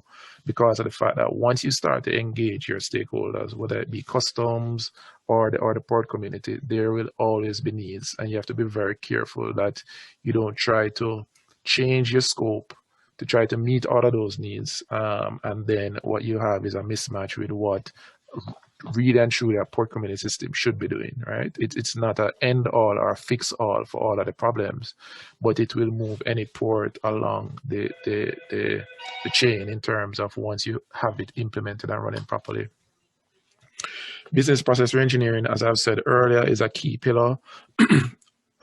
We have a very specific governance model within Jamaica whereby for every process that we're going to be automating or digitizing, we map the current process, we re-engineer it, and then we meet with the stakeholders that it impacts. We code it into the system. And so therefore, it always gives the stakeholders an opportunity to provide feedback. It always gives them the opportunity to know what is coming before we make that change. And then obviously, as I said, you have to engage and communicate with all stakeholders repeatedly. So we do have a mechanism where we're always communicating with the agents committee, with the truckers, with the brokers, etc., on an ongoing basis. So in terms of our rollout methodology, as I said, we would have had our business process reviews. We would have done our customization. As a FYI, Jamaica's port community system is cloud-based. So we are partners with Microsoft. We use Microsoft Azure, and that has been going very, very well since we have been using them. We do training. We always start with a pilot phase. So we don't start, even when the module is completed and ready to be rolled out to the environment, we always start with a pilot phase with a select number of stakeholders to see if there are any things that we would have missed, etc. And then once we complete the pilot phase, then we go live and we go to the support phase. And so this process or methodology is always taken in terms of all of the modules that we would have had throughout the life of the project. In terms of our port community system, we focused on 6 main pillars, which is reporting. So I'm sure we'll have some more discussions on it, but all manifests, one of the first and one of the biggest challenges we had initially was to convince customs, but all manifests now, maritime manifests, because we haven't started with air as yet, but all maritime manifests do come through the port community system first, and then we then translate that and provide that to customs, and we also provide that information to the terminals. So the terminals use the manifest information that is sent by the PCS, and to also any other stakeholders that are authorized to receive it. We manage movement, and we'll discuss that later. We manage all of the authorizations because, as I said, we're fully integrated with Asikuda World. So we get all customs releases from customs, and we're also integrated with the terminals where we get the warehouse gate out authorization. So once you pay the terminals, their storage fees, etc., we do get that information from the terminals as one of the authorizations that we need before cargo can leave. And we are also integrated with a number of shipping lines whereby the shipping agents do have to provide us with an electronic delivery order. We would have recently rolled out this year our truck appointment system. We are now covering all imports at the 2 main terminals within Kingston. So for you to pick up containerized cargo, you do have to come through the PCS in terms of making appointments. We do provide track and trace to individuals, so you're able to, using your bill of lading or your container number, go within the PCS and see exactly what's going on, if it was manifested, if it was, there's a customs release, if there's a electronic delivery order. We automatically notify persons who are authorized to receive the information once there is what is called a PCS gate out authorization. And that is typically composed of 4 main elements, which is the customs release, electronic delivery order, the warehouse authorization, and the identification of the trucker that would be coming to pick up the cargo. And then one of the things that we have been working on is also, as part of one of our strategic goals, is business intelligence. We do now provide reports, whether weekly or monthly, to various stakeholders because of the fact that we do have a lot of information, and we would have recently, just about 3 months ago or so, completed our data warehouse that we are using. So in terms of our PCS within Jamaica, we do cover manifests, bookings, bill of lading, house bills, area bills, etc. We manage all voyages and agent voyages. We manage also stuffing, stripping, and empty containers. For movement, we do receive all movements from the terminals in terms of gating, gate outs. We do receive discharge and loading lists, stuffing and stripping reports, and we also provide access to specific stakeholders in terms of import and exporters. One of the things that we also recently implemented within Jamaica for exports is that the terminals now use the PCS to verify that export boxes are duly authorized by customs to enter the ports. And so what we do is that we get booking confirmations from the shipping agents, we do get the export release, and those data come together to provide you with a gate-in, a PCS gate-in authorization that the terminals use to ensure that export boxes are duly authorized. As I said, we are integrated with a number of different stakeholders, predominantly the terminals, the shipping lines, and also we do provide manifest information to a number of different governmental agencies who require it. So before, in terms of when we started with the truck appointment system, how we would do it is that persons would email the terminals a request for appointments, and that would not provide them with any visibility as it relates to the capacity. They would have to wait on somebody physically to confirm that the appointment was made, etc. And so the truck appointment system has been a big change. By the end of this year, we will implement the second phase of it, which will cover both exports and empty containers. And then we'll be working with the industry to refine these processes.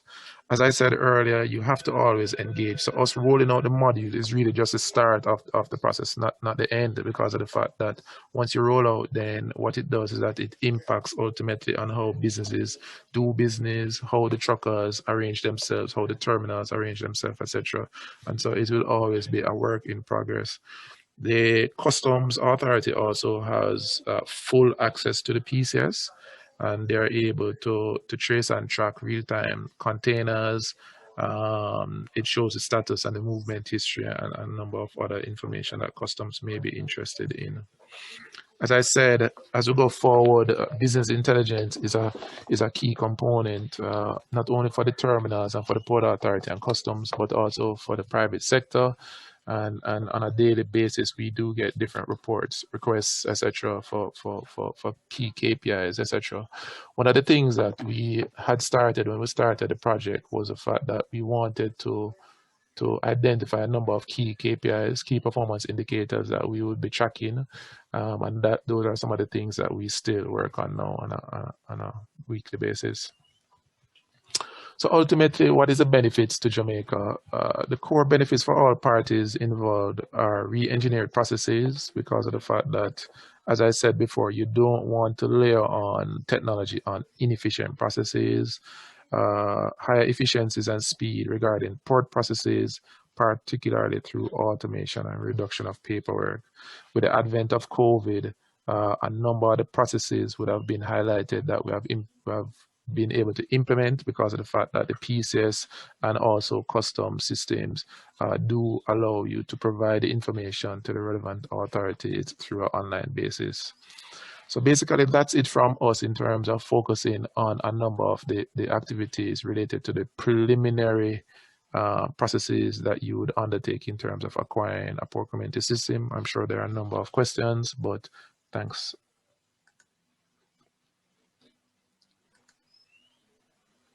Thanks very much, Dwayne. So we have there 3 very good presentations, as well as additional expertise online, and we have lots of questions. I am hoping that the Controller of Customs is still on the call, because one of the very first questions coming in was posed for him.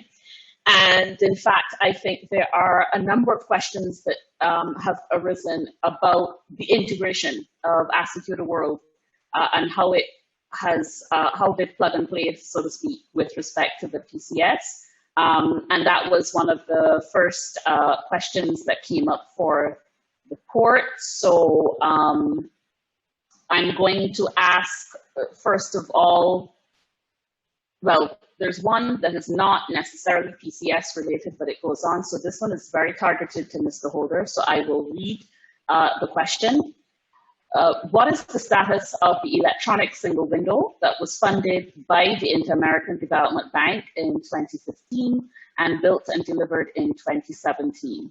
Is it being used? And then how does that system integrate in parallel with the PCS or the Maritime Single Window concept and Assecutor World? And what is your vision on how Customs sees a PCS and a regulatory single window all coming together to collaborate and interoperate? So it is quite a bit of a question, but Controller, if you can just kick the ball off there with a response. All right, thank you for the questions. There are many pieces, so I cannot remember all, so I'll ask you as I go on. Not a problem. The first thing is that you asked about what about the PCS that was funded by the IDB and was designed. The electronic single window. Sorry, the electronic single window, not the PCS. Yes. The electronic single window. I think I see Katrina Bradshaw on the call. I think she will be best positioned to answer that question. But I know that the certain developments were made for that system. They had tried to incorporate some of the agencies into the process. And after that, I cannot say much more. I don't know exactly what is happening with that proposal. I know that the Ministry of Commerce and Industry, I think that's the ministry, and small business was dealing with it. So Katrina will best answer that question. What's the next question you have for me? So more to the discussion that's gone so far is, how do you see Assecutor World? Because while they asked about the single window incorporating with Assecutor World, I think overall there's a question about how Assecutor World can interact with whether it's a port community system, whether it's a maritime single window. And we know that other persons have asked, and I'll ask Mr. Gurrieh as well as Dwain to sort of come in on their practical experience as to how things have connected. But how do you see Assecutor World, certainly since the improvements that have been made late last year, how do you see the interoperability between Assecutor World and any system that is created? Yes, and with respect to the port community system in Assecutor World, there's definitely a need for the interoperability between the two systems. There are definitely some processes where, in some cases, Assecutor World will be required to pull information, and in other cases, it will be required to push information to the port community system. And that is because of the link between the Port Authority, port business and customs business. So there's a very, very important link between the two. And actually, you cannot get the port community system working in any major way without that interaction with Assecutor World. What will have to be worked out between the two agencies will be what would be the information that one system will have to send to the other and vice versa. That would be critical to working out that whole process. And Dwain, hi Dwain. Dwain, you can tell them that is a very in-depth process, to really work out those fine details between how the two systems work. Me and Dwain would have worked together in Jamaica, and we would have had to sit down and work over time with how to work out those finer details with the pushing and pulling of the information. But overall, it is important for all to know that the two must interface with each other if you're going to eliminate the duplication of processes in the trade process. Thanks very much, Controller. So I'll ask Dwain, followed by Warsama, to weigh in, since both of you persons have posed questions with respect to the integration. Thanks, Andrea. So, yeah, I'm not sure what question I'm answering, but in terms of Assecutor and in terms of UNCTAD, our approach to it was that we were fully aware from the start that customs, as was said earlier, would be a key partner in terms of information and in terms of supporting us in terms of process changes. From a strictly IT standpoint, we have various web services that we would have created, and we do exchange quite a lot of information. As I said earlier, one of the key things for us was that customs was on board in terms of accepting the proposal for us to receive the manifest initially, and then to provide it to them. So Asikuda uses a very specific XML format that we are able to translate the manifest to.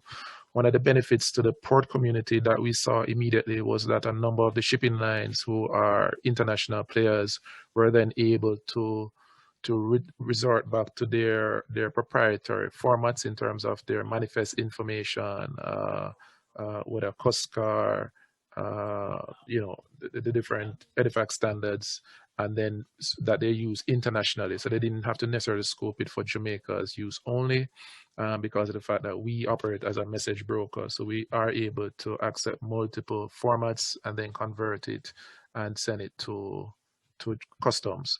Once customs approves that manifest, then we also send that manifest information to the terminals, who are then able to use it to do their planning and other operational activities.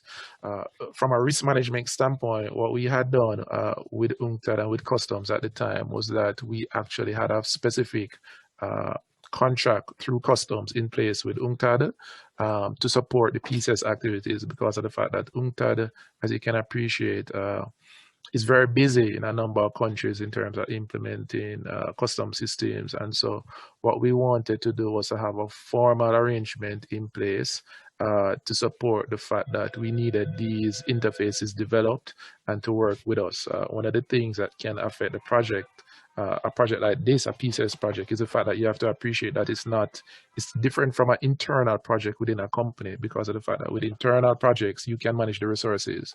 With a PCS, whether from customs side or whether from the terminal side, if you have stakeholders who are not in sync in terms of rolling out their interfaces, etc., then it can impact you negatively if you don't manage those risks carefully. So that would be it from our approach, and we still have those meetings. We still have meetings with UNCTAD and with customs. Up to yesterday, we had one. So it's always look at it as a long-term relationship, and then you have to work out the interfaces and the processes going forward. Thanks very much, Dwayne. Just to come in there and say that I can support everything that Dwayne said, and there's a big need for the interaction with customs, with implementing the port community system. And in Jamaica case, where the manifest now goes to the port community system first and then to Asikuda World, I think they had to change the app to accommodate that, correct, Dwayne? But in Barbados case, where the app requires that manifest is reported to customs first, then if the requirement now is to change that to the PCS first, then you have to make some adjustments to the customs app to make that legal.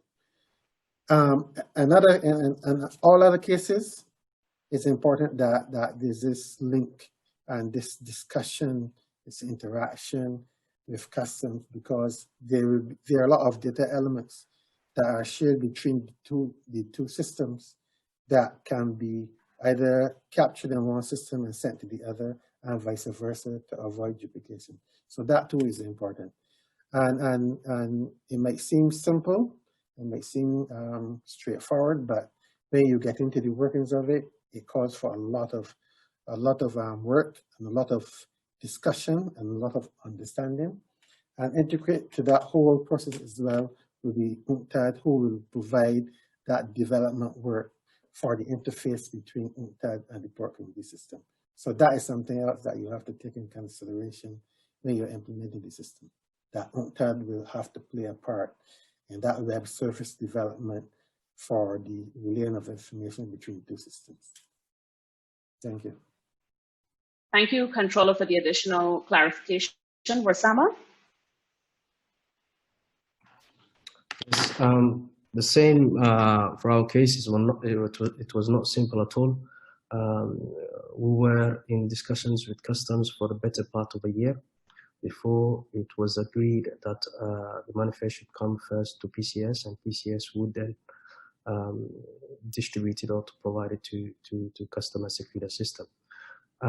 We've been working on that since April this year. UNCTAD has basically provided an expert for the development of the interface between PCS and customer Secuda system. It was in a good time basically because custom was in the process of moving or upgrading to the latest version of Secuda World, and we made it as part of their basically the task to be completed. They have developed the interface, and basically we have also developed from our side. We are currently in pilot testing in UAT. We hope to release it in mid-November, basically next month, to select a few shipping agents.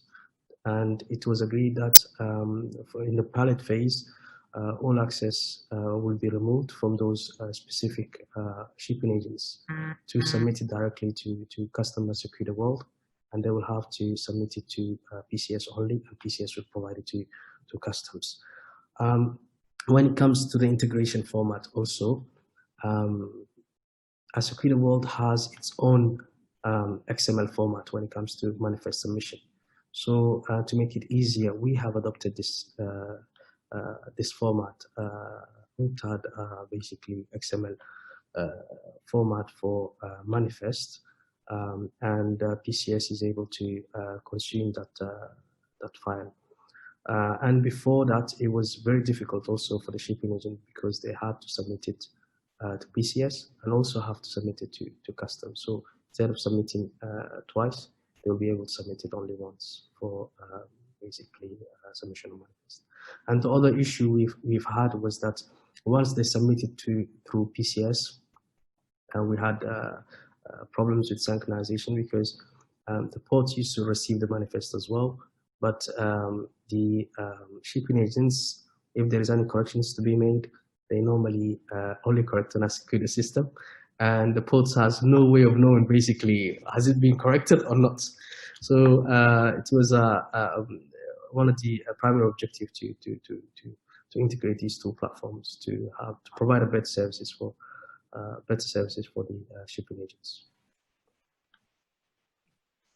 Thanks very much for that clarification, Sam. I think that's very useful. They may just beg your indulgence. The project that the Caribbean Bank is supporting the Barbados Port Incorporated with is in fact a system, and a good portion of that is really going to be looking at how we deal with the interagency coordination, as well as doing all of the diagnostics to understand the status of the legislation, as well as engagements to kind of work out what that PCS model needs to look like. So I think that this is a very good sensitization session to start asking some of the questions that will need to be resolved during the design and implementation. So a question coming from the Barbados Port team, the question of cost and who pays for the PCS. So for both Jamaica and Djibouti, what models have you employed or are you intending to employ to ensure sustainability of the PCS? I'll ask Warsama to lead off this time.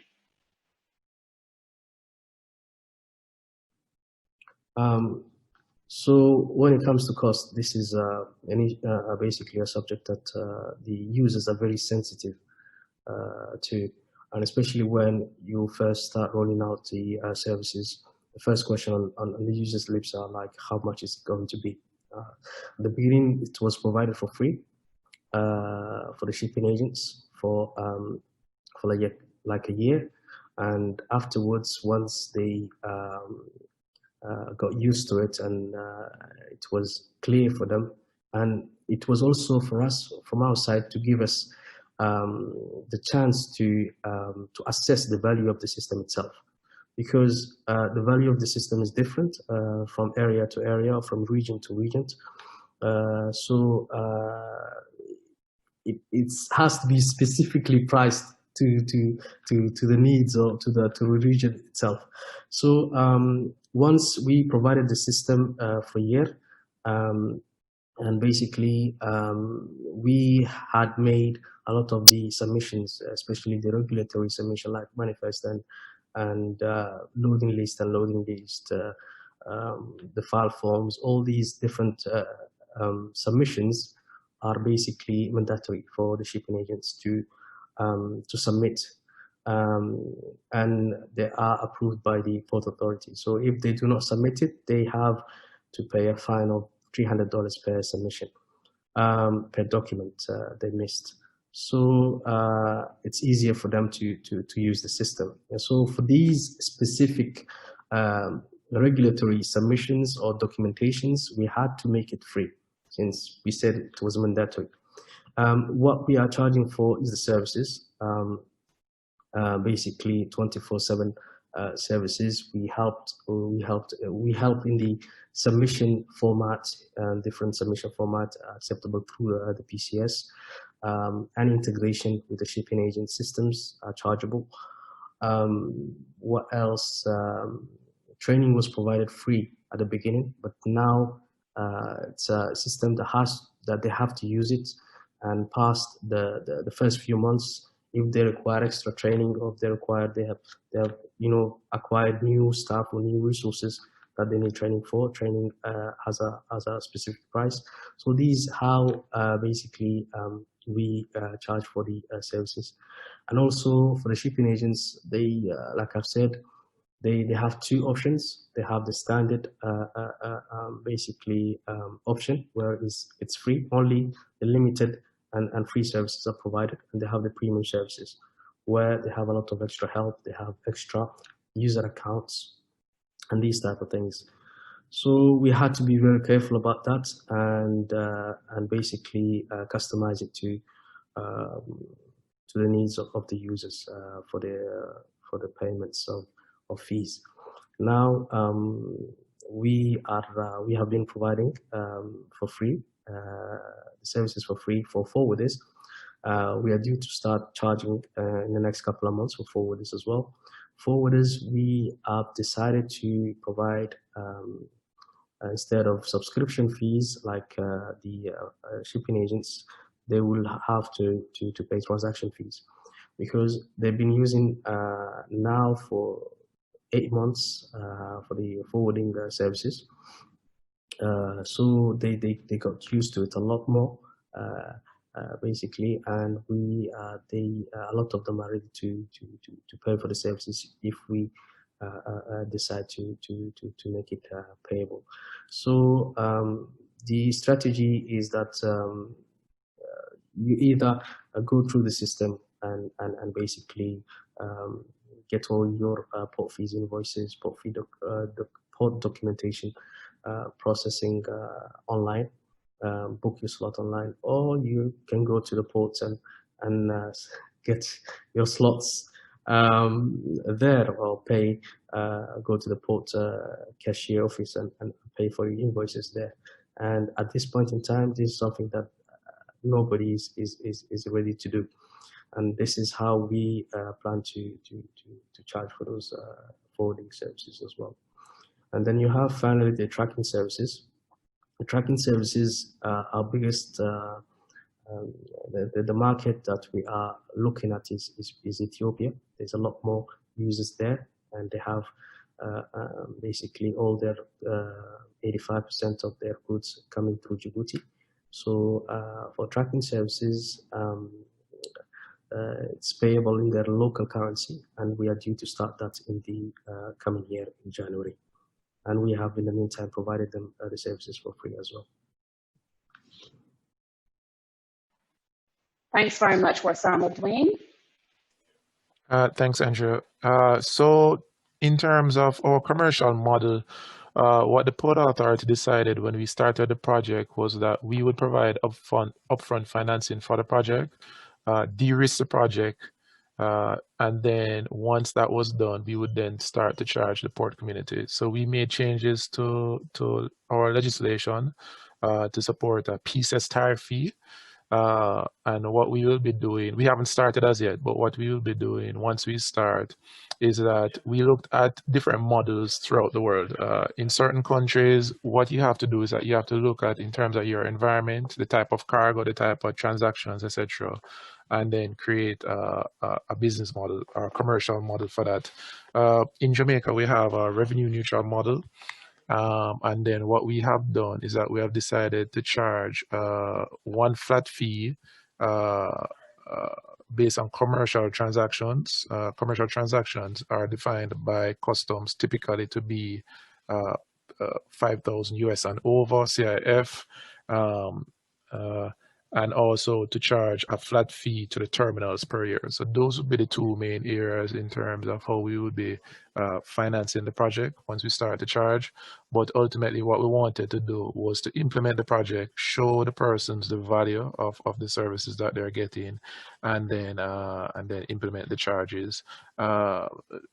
This component is a very critical component because, as I said earlier, it does take capital to acquire and to implement. You have to have dedicated resources, etc. And then in terms of the ongoing costs as it relates to the maintaining of the infrastructure, etc. So you have to, once you're undertaking the project, really think about the capital needs and the financing of the project going forward. Thank you. I will give Warsama and Dwain a brief break and ask a question to Port. If we take Jamaica as an example of a PCS in the region, we have a country with 5 seaports and 3 airports. As far as I know, 3 of the seaports are part of the PCS and the airports are not. There is 1 seaport and 1 airport in Barbados. If a PCS is implemented in Barbados, would it include the airport, although there is no single authority at the airport controlling the delivery of cargo?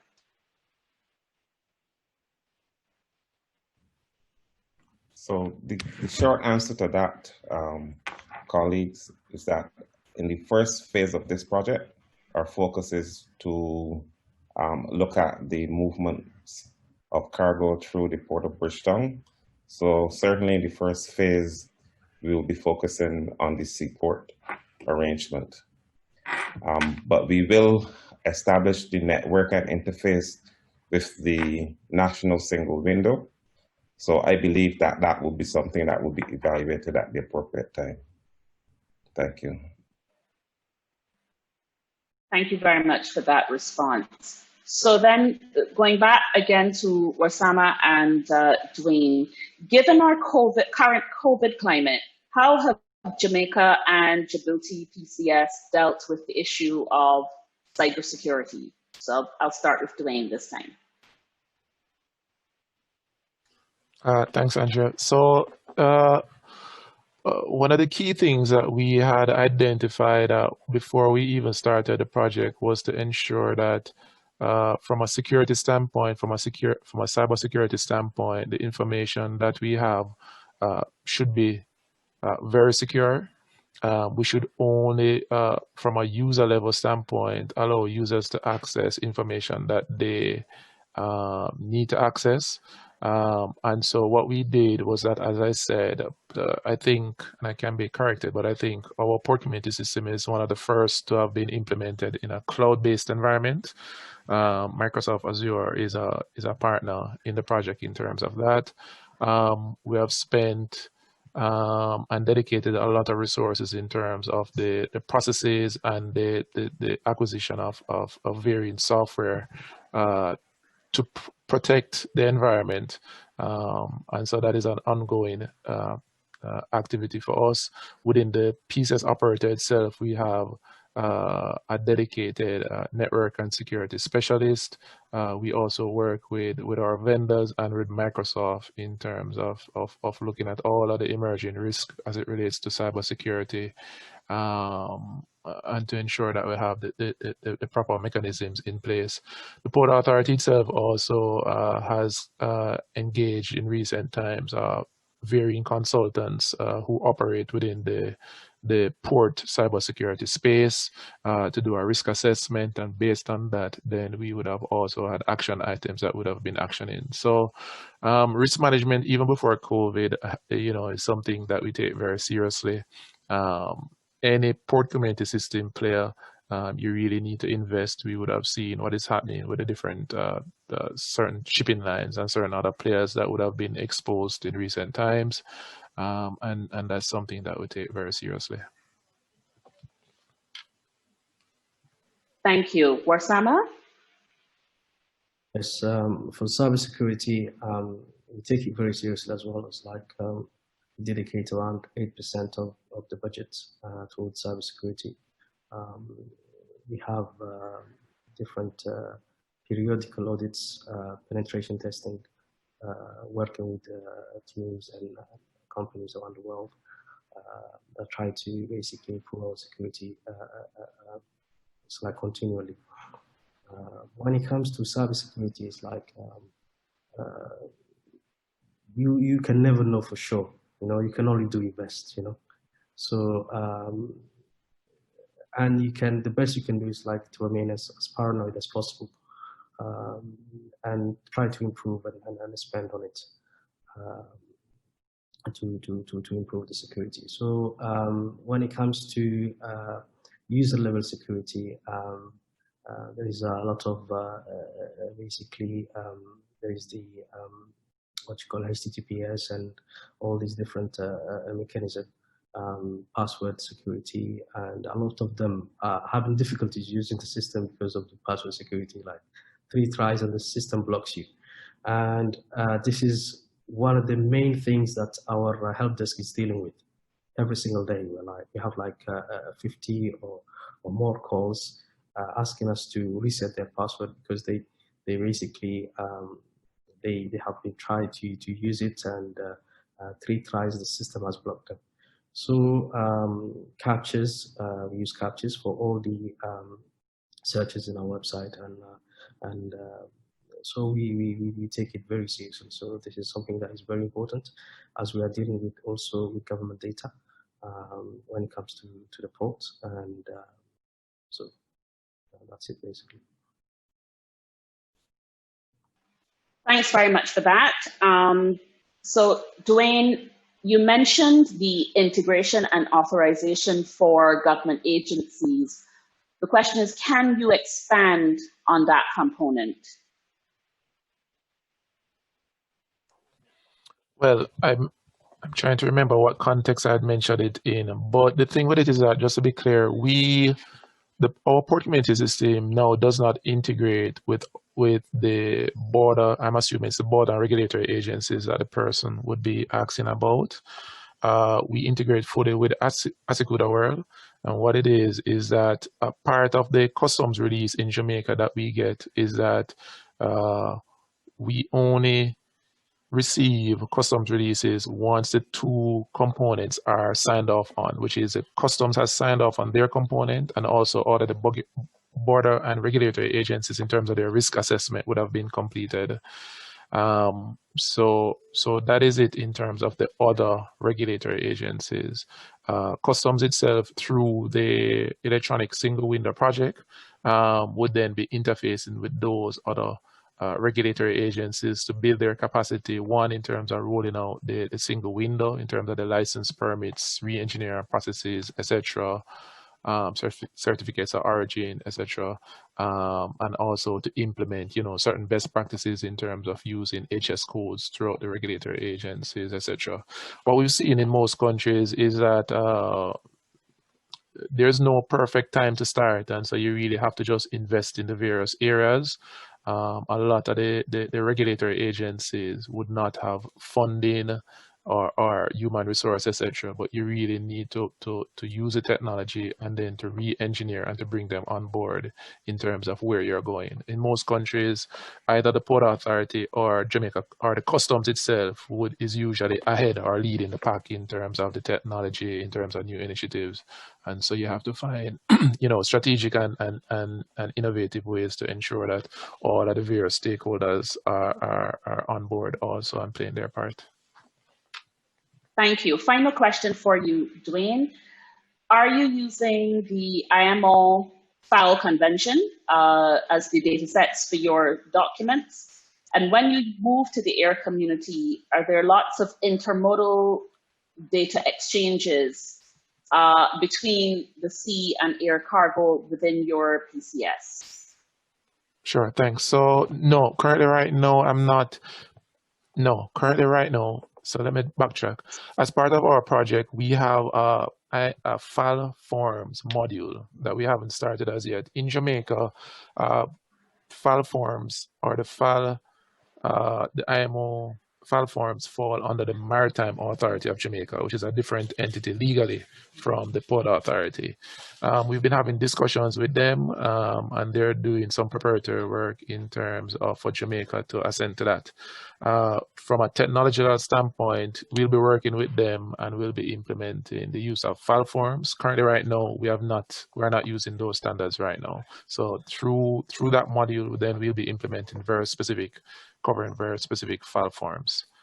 The second question is sorry, I'm having a senior moment. You had asked about That's okay. It's a lot of a question. When you move to when you look at the air community, is there a lot of exchange between sea and air cargo?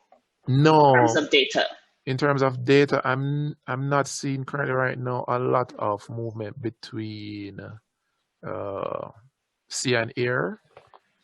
I wouldn't say a lot, to be honest. There are instances where persons do bring in cargo and move it, but it's typically in terms of ship spares and parts, etc., and certain other, small items. But in terms of volume, no, I wouldn't say that you have a lot of intermodal exchange between both air and sea at this point in time.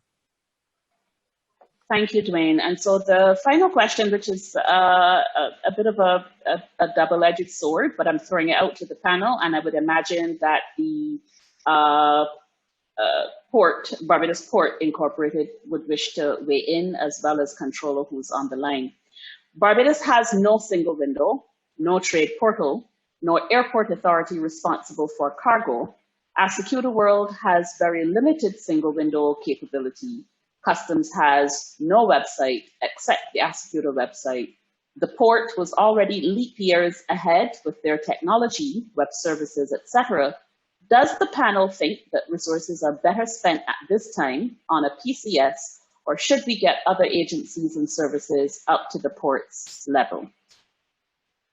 So I don't even know if the panel really wants to touch that, but it is the question that is on the floor. So whichever brave soul wishes to weigh in. I think that when it comes to technology rollout and technology that requires interagency coordination, it is a mammoth undertaking.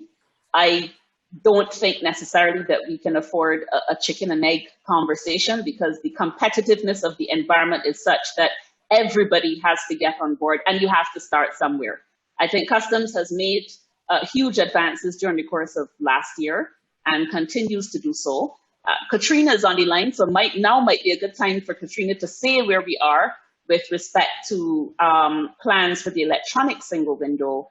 And I also think it's important to stress that the trading community can't afford to wait for all ducks to be lined up. I think that perhaps is, and I think all countries have kind of experienced that kind of scenario and having to work on things in parallel. Certainly Jamaica has had to work on things in parallel. So maybe Katrina, if you could just weigh in to say where we are with the electronic single window, I think that will at least provide some comfort that there are other improvements that are taking place. And certainly the controller can weigh in with the overall program that Customs itself has embarked on to improve the services to the trading community. Katrina? Thank you. Thank you, Andrea. Good morning, panel, and good morning to everyone joining the webinar. Just to update as to the progress with the implementation of the electronic single window, I take note of the question that was posed earlier on the past project that had ended in 2017. When the project was handed over to the government of Barbados, after that project concluded, it was inoperable. Subsequently, the government was considering proposals, and out of that process, the government has recently approved the awarding of the operationalization of the electronic single window to UNTAD, where Barbados will be using the Asakuda World as a platform to push forward the electronic single window. So, with that decision, we are moving forward and we'll be having engagements we're looking forward to having engagements with UNTAD on the way forward and how we roll out the electronic single window and have those discussions with the relevant agencies, including Customs. As we heard, I recognize that Customs is a critical stakeholder to the whole process, to how we can work together and have a good system that is suited to Barbados' needs. Thank you, Andrea. Thanks, Katrina. Controller? Yes, thank you. I'll weigh in on the part there about the technology and the lag from the other government agencies. And yes, you're correct. The other government agencies often, in most countries, lag behind customs with respect to technology. But the electronic single window will solve that issue. What will happen is that the electronic single window will cater to all of those border-related activities that those other agencies conduct, and they will be captured in the ESW, and therefore, at that point there'll be some technological update for the respective agencies to ensure that they have the necessary technology to interact with the electronic single window. What we're doing now in the Asikuda World is that we have brought the agencies on board with the view of clearing the shipments in Asikuda World. And that is used as a benchmark for the ESW, because when the ESW is implemented, then those activities that are currently done in Asikuda World will be handed over to the functionalities of the ESW. So what is doing now is that we are fine-tuning those processes so that it will be actually a drop-in into the electronic single window, so that they can process the activities through the single window. So I see the single window as a facility to upgrading the border agencies' technology and to bring in line with port and with customs in the whole development of technology for the processing of imported goods.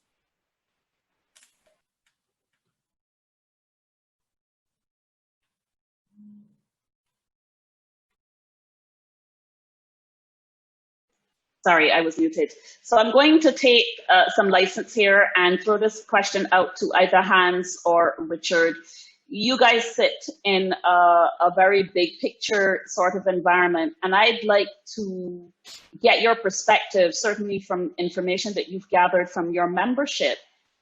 What really are some of the movements of the needle, so to speak, that you've been able to see as ports move towards these PCS setups? And also, is the PCS a fait accompli, or is it something that we should prepare to be constantly evolving and building out to respond to change to trading needs? Thank you, Andrea. I think Dwain and Warsama have shown very ably in terms of the benefits that the port community systems have. The key take from that is it's about the community. Going back to the previous question, yes, some of the other authorities, not just in Barbados, but around the world, even in some of the more advanced areas such as Germany, some of the authorities don't have electronic systems. So actually the PCS is an enabler for those authorities to move into the digital world. And so actually where you're looking in terms of an international perspective, that's the key to it. I think you have to work together as a community, not just at a local level, but at an international level. And that there are common examples of challenges. Asikuda, Jamaica, Djibouti have the same challenges and have successfully moved them forwards that Barbados has with working through ASACUDA. So I think as a whole, it's about making sure that the PCS is not seen just as another IT solution, but as integral to everything that is happening in trade, and use it as such. And I'm sure Hans has a couple of wise words to follow as well. And you're on mute, Hans. Yeah. If I to unmute, it works, isn't it? Yes, but it's always very difficult to say. I hear a lot of things which come into my ears as common things. The problems that Owen mentioned from a customer point of view, how, what, when. Am I still in control? Yes, of course you're still in control, because you're the controller actually. And all those aspects have to be addressed somewhere. And as Richie said, and we know ASACUDA, we know the people at UNTAD. I think it's good that also customs from, let's say, Djibouti, that are fully incorporated in the PCS from Djibouti, that they might be able to communicate with the customs at Barbados to share their views, to share their experience, and to see how happy and the good things, and of course also the lessons learned to get it done. That's what I want to add. And of course I have heard a lot of, I've seen all the questions down there. I see also the pain points. I see some possible things, but at the end, I think that when Barbados is able to start up the, let's say, the development of the PCS, including the single window, that first step is like babies, crawling, stepping, falling, step up again, and run at a certain moment. That's the way to go. And I hope that you can start up let's say the preparing of the PCS within Barbados very soon. And we are we are very happy to assist you wherever we can with our experience globally, and to have handshake between the various ports that use ASACUDA, that use airport and seaport environments together in their developments, and also in their let's say their logistic flows, and to make it work for you, not only leaving you on the Isle and in the town of Bridgetown, but just to help you and assist you in cross-border and port-to-port exchange as well. That's what we aim for, and I will be very happy to see the progress in the coming months and early next year with a big smile on my face. Great, thank you so much for that. And now it's all left for me to turn over to Ken Atherley, Advisor for Port Operations and Projects at BPI, to deliver the closing remarks and vote of thanks. Thank you, Andrea. To our port facilitation colleagues, this has been a really engaging morning. Firstly, I would like to thank our sponsors, the Ministry of Energy, Small Business and Entrepreneurship, the Ministry of Maritime Affairs and the Blue Economy, as well as the International Port Community System Association and the Barbados Port Inc. I'd also like to thank the Permanent Secretary, Ms. Sonia Foster, from the Ministry of Maritime Affairs and the Blue Economy, the Controller of Customs, Mr. Owen Holder, as well as Chairman of the IPCSA, Mr. Hans Rook, for their opening remarks. One of the key takeaways for me, and certainly for us, is that through collaboration, we can achieve anything that we set out to do. And this point was underscored particularly in the remarks by the Controller of Customs, Mr. Owen Holder. I also wish to thank our eminent list of presenters, Mr. Richard Morton from the IPCSA, Mr. Warsama Gurrieh from Djibouti Ports, as well as Mr. Dwain Powell from Jamaica PCS, for sharing their knowledge and experiences with us. I believe that these lessons and the presentations would provide useful guidelines for us as Barbados rolls out our plans to implement PCS and single window. To our moderator, Andrea, you've been great this morning. You've been a wonderful host. You kept things smooth. You kept the energy going. We want to thank you and the Caribbean Development Bank for your support as we seek to implement a port community system in Barbados, using technology and innovative solutions as a means to improve our trade conditions in Barbados. I also wish to thank the project team, as well as the business communication team at the port for coordinating this is what we're calling the first in a series of activities aimed at sensitizing Barbados stakeholders on the importance and benefits to be derived, not only to the port, but nationally as it relates to doing business in Barbados. Finally, we've had 80 plus participants today, and I want to thank all of you for joining us from Barbados, from the private sector, from the public sector, as well as regional and international participants. Thank you for joining today. Thank you for the stimulating discussion that we've had. We look forward for having continued sessions like this, and we trust that you would have had an enjoyable meeting. Thank you, and have an enjoyable rest of the day. Thank you very much, and goodbye, everyone. Bye.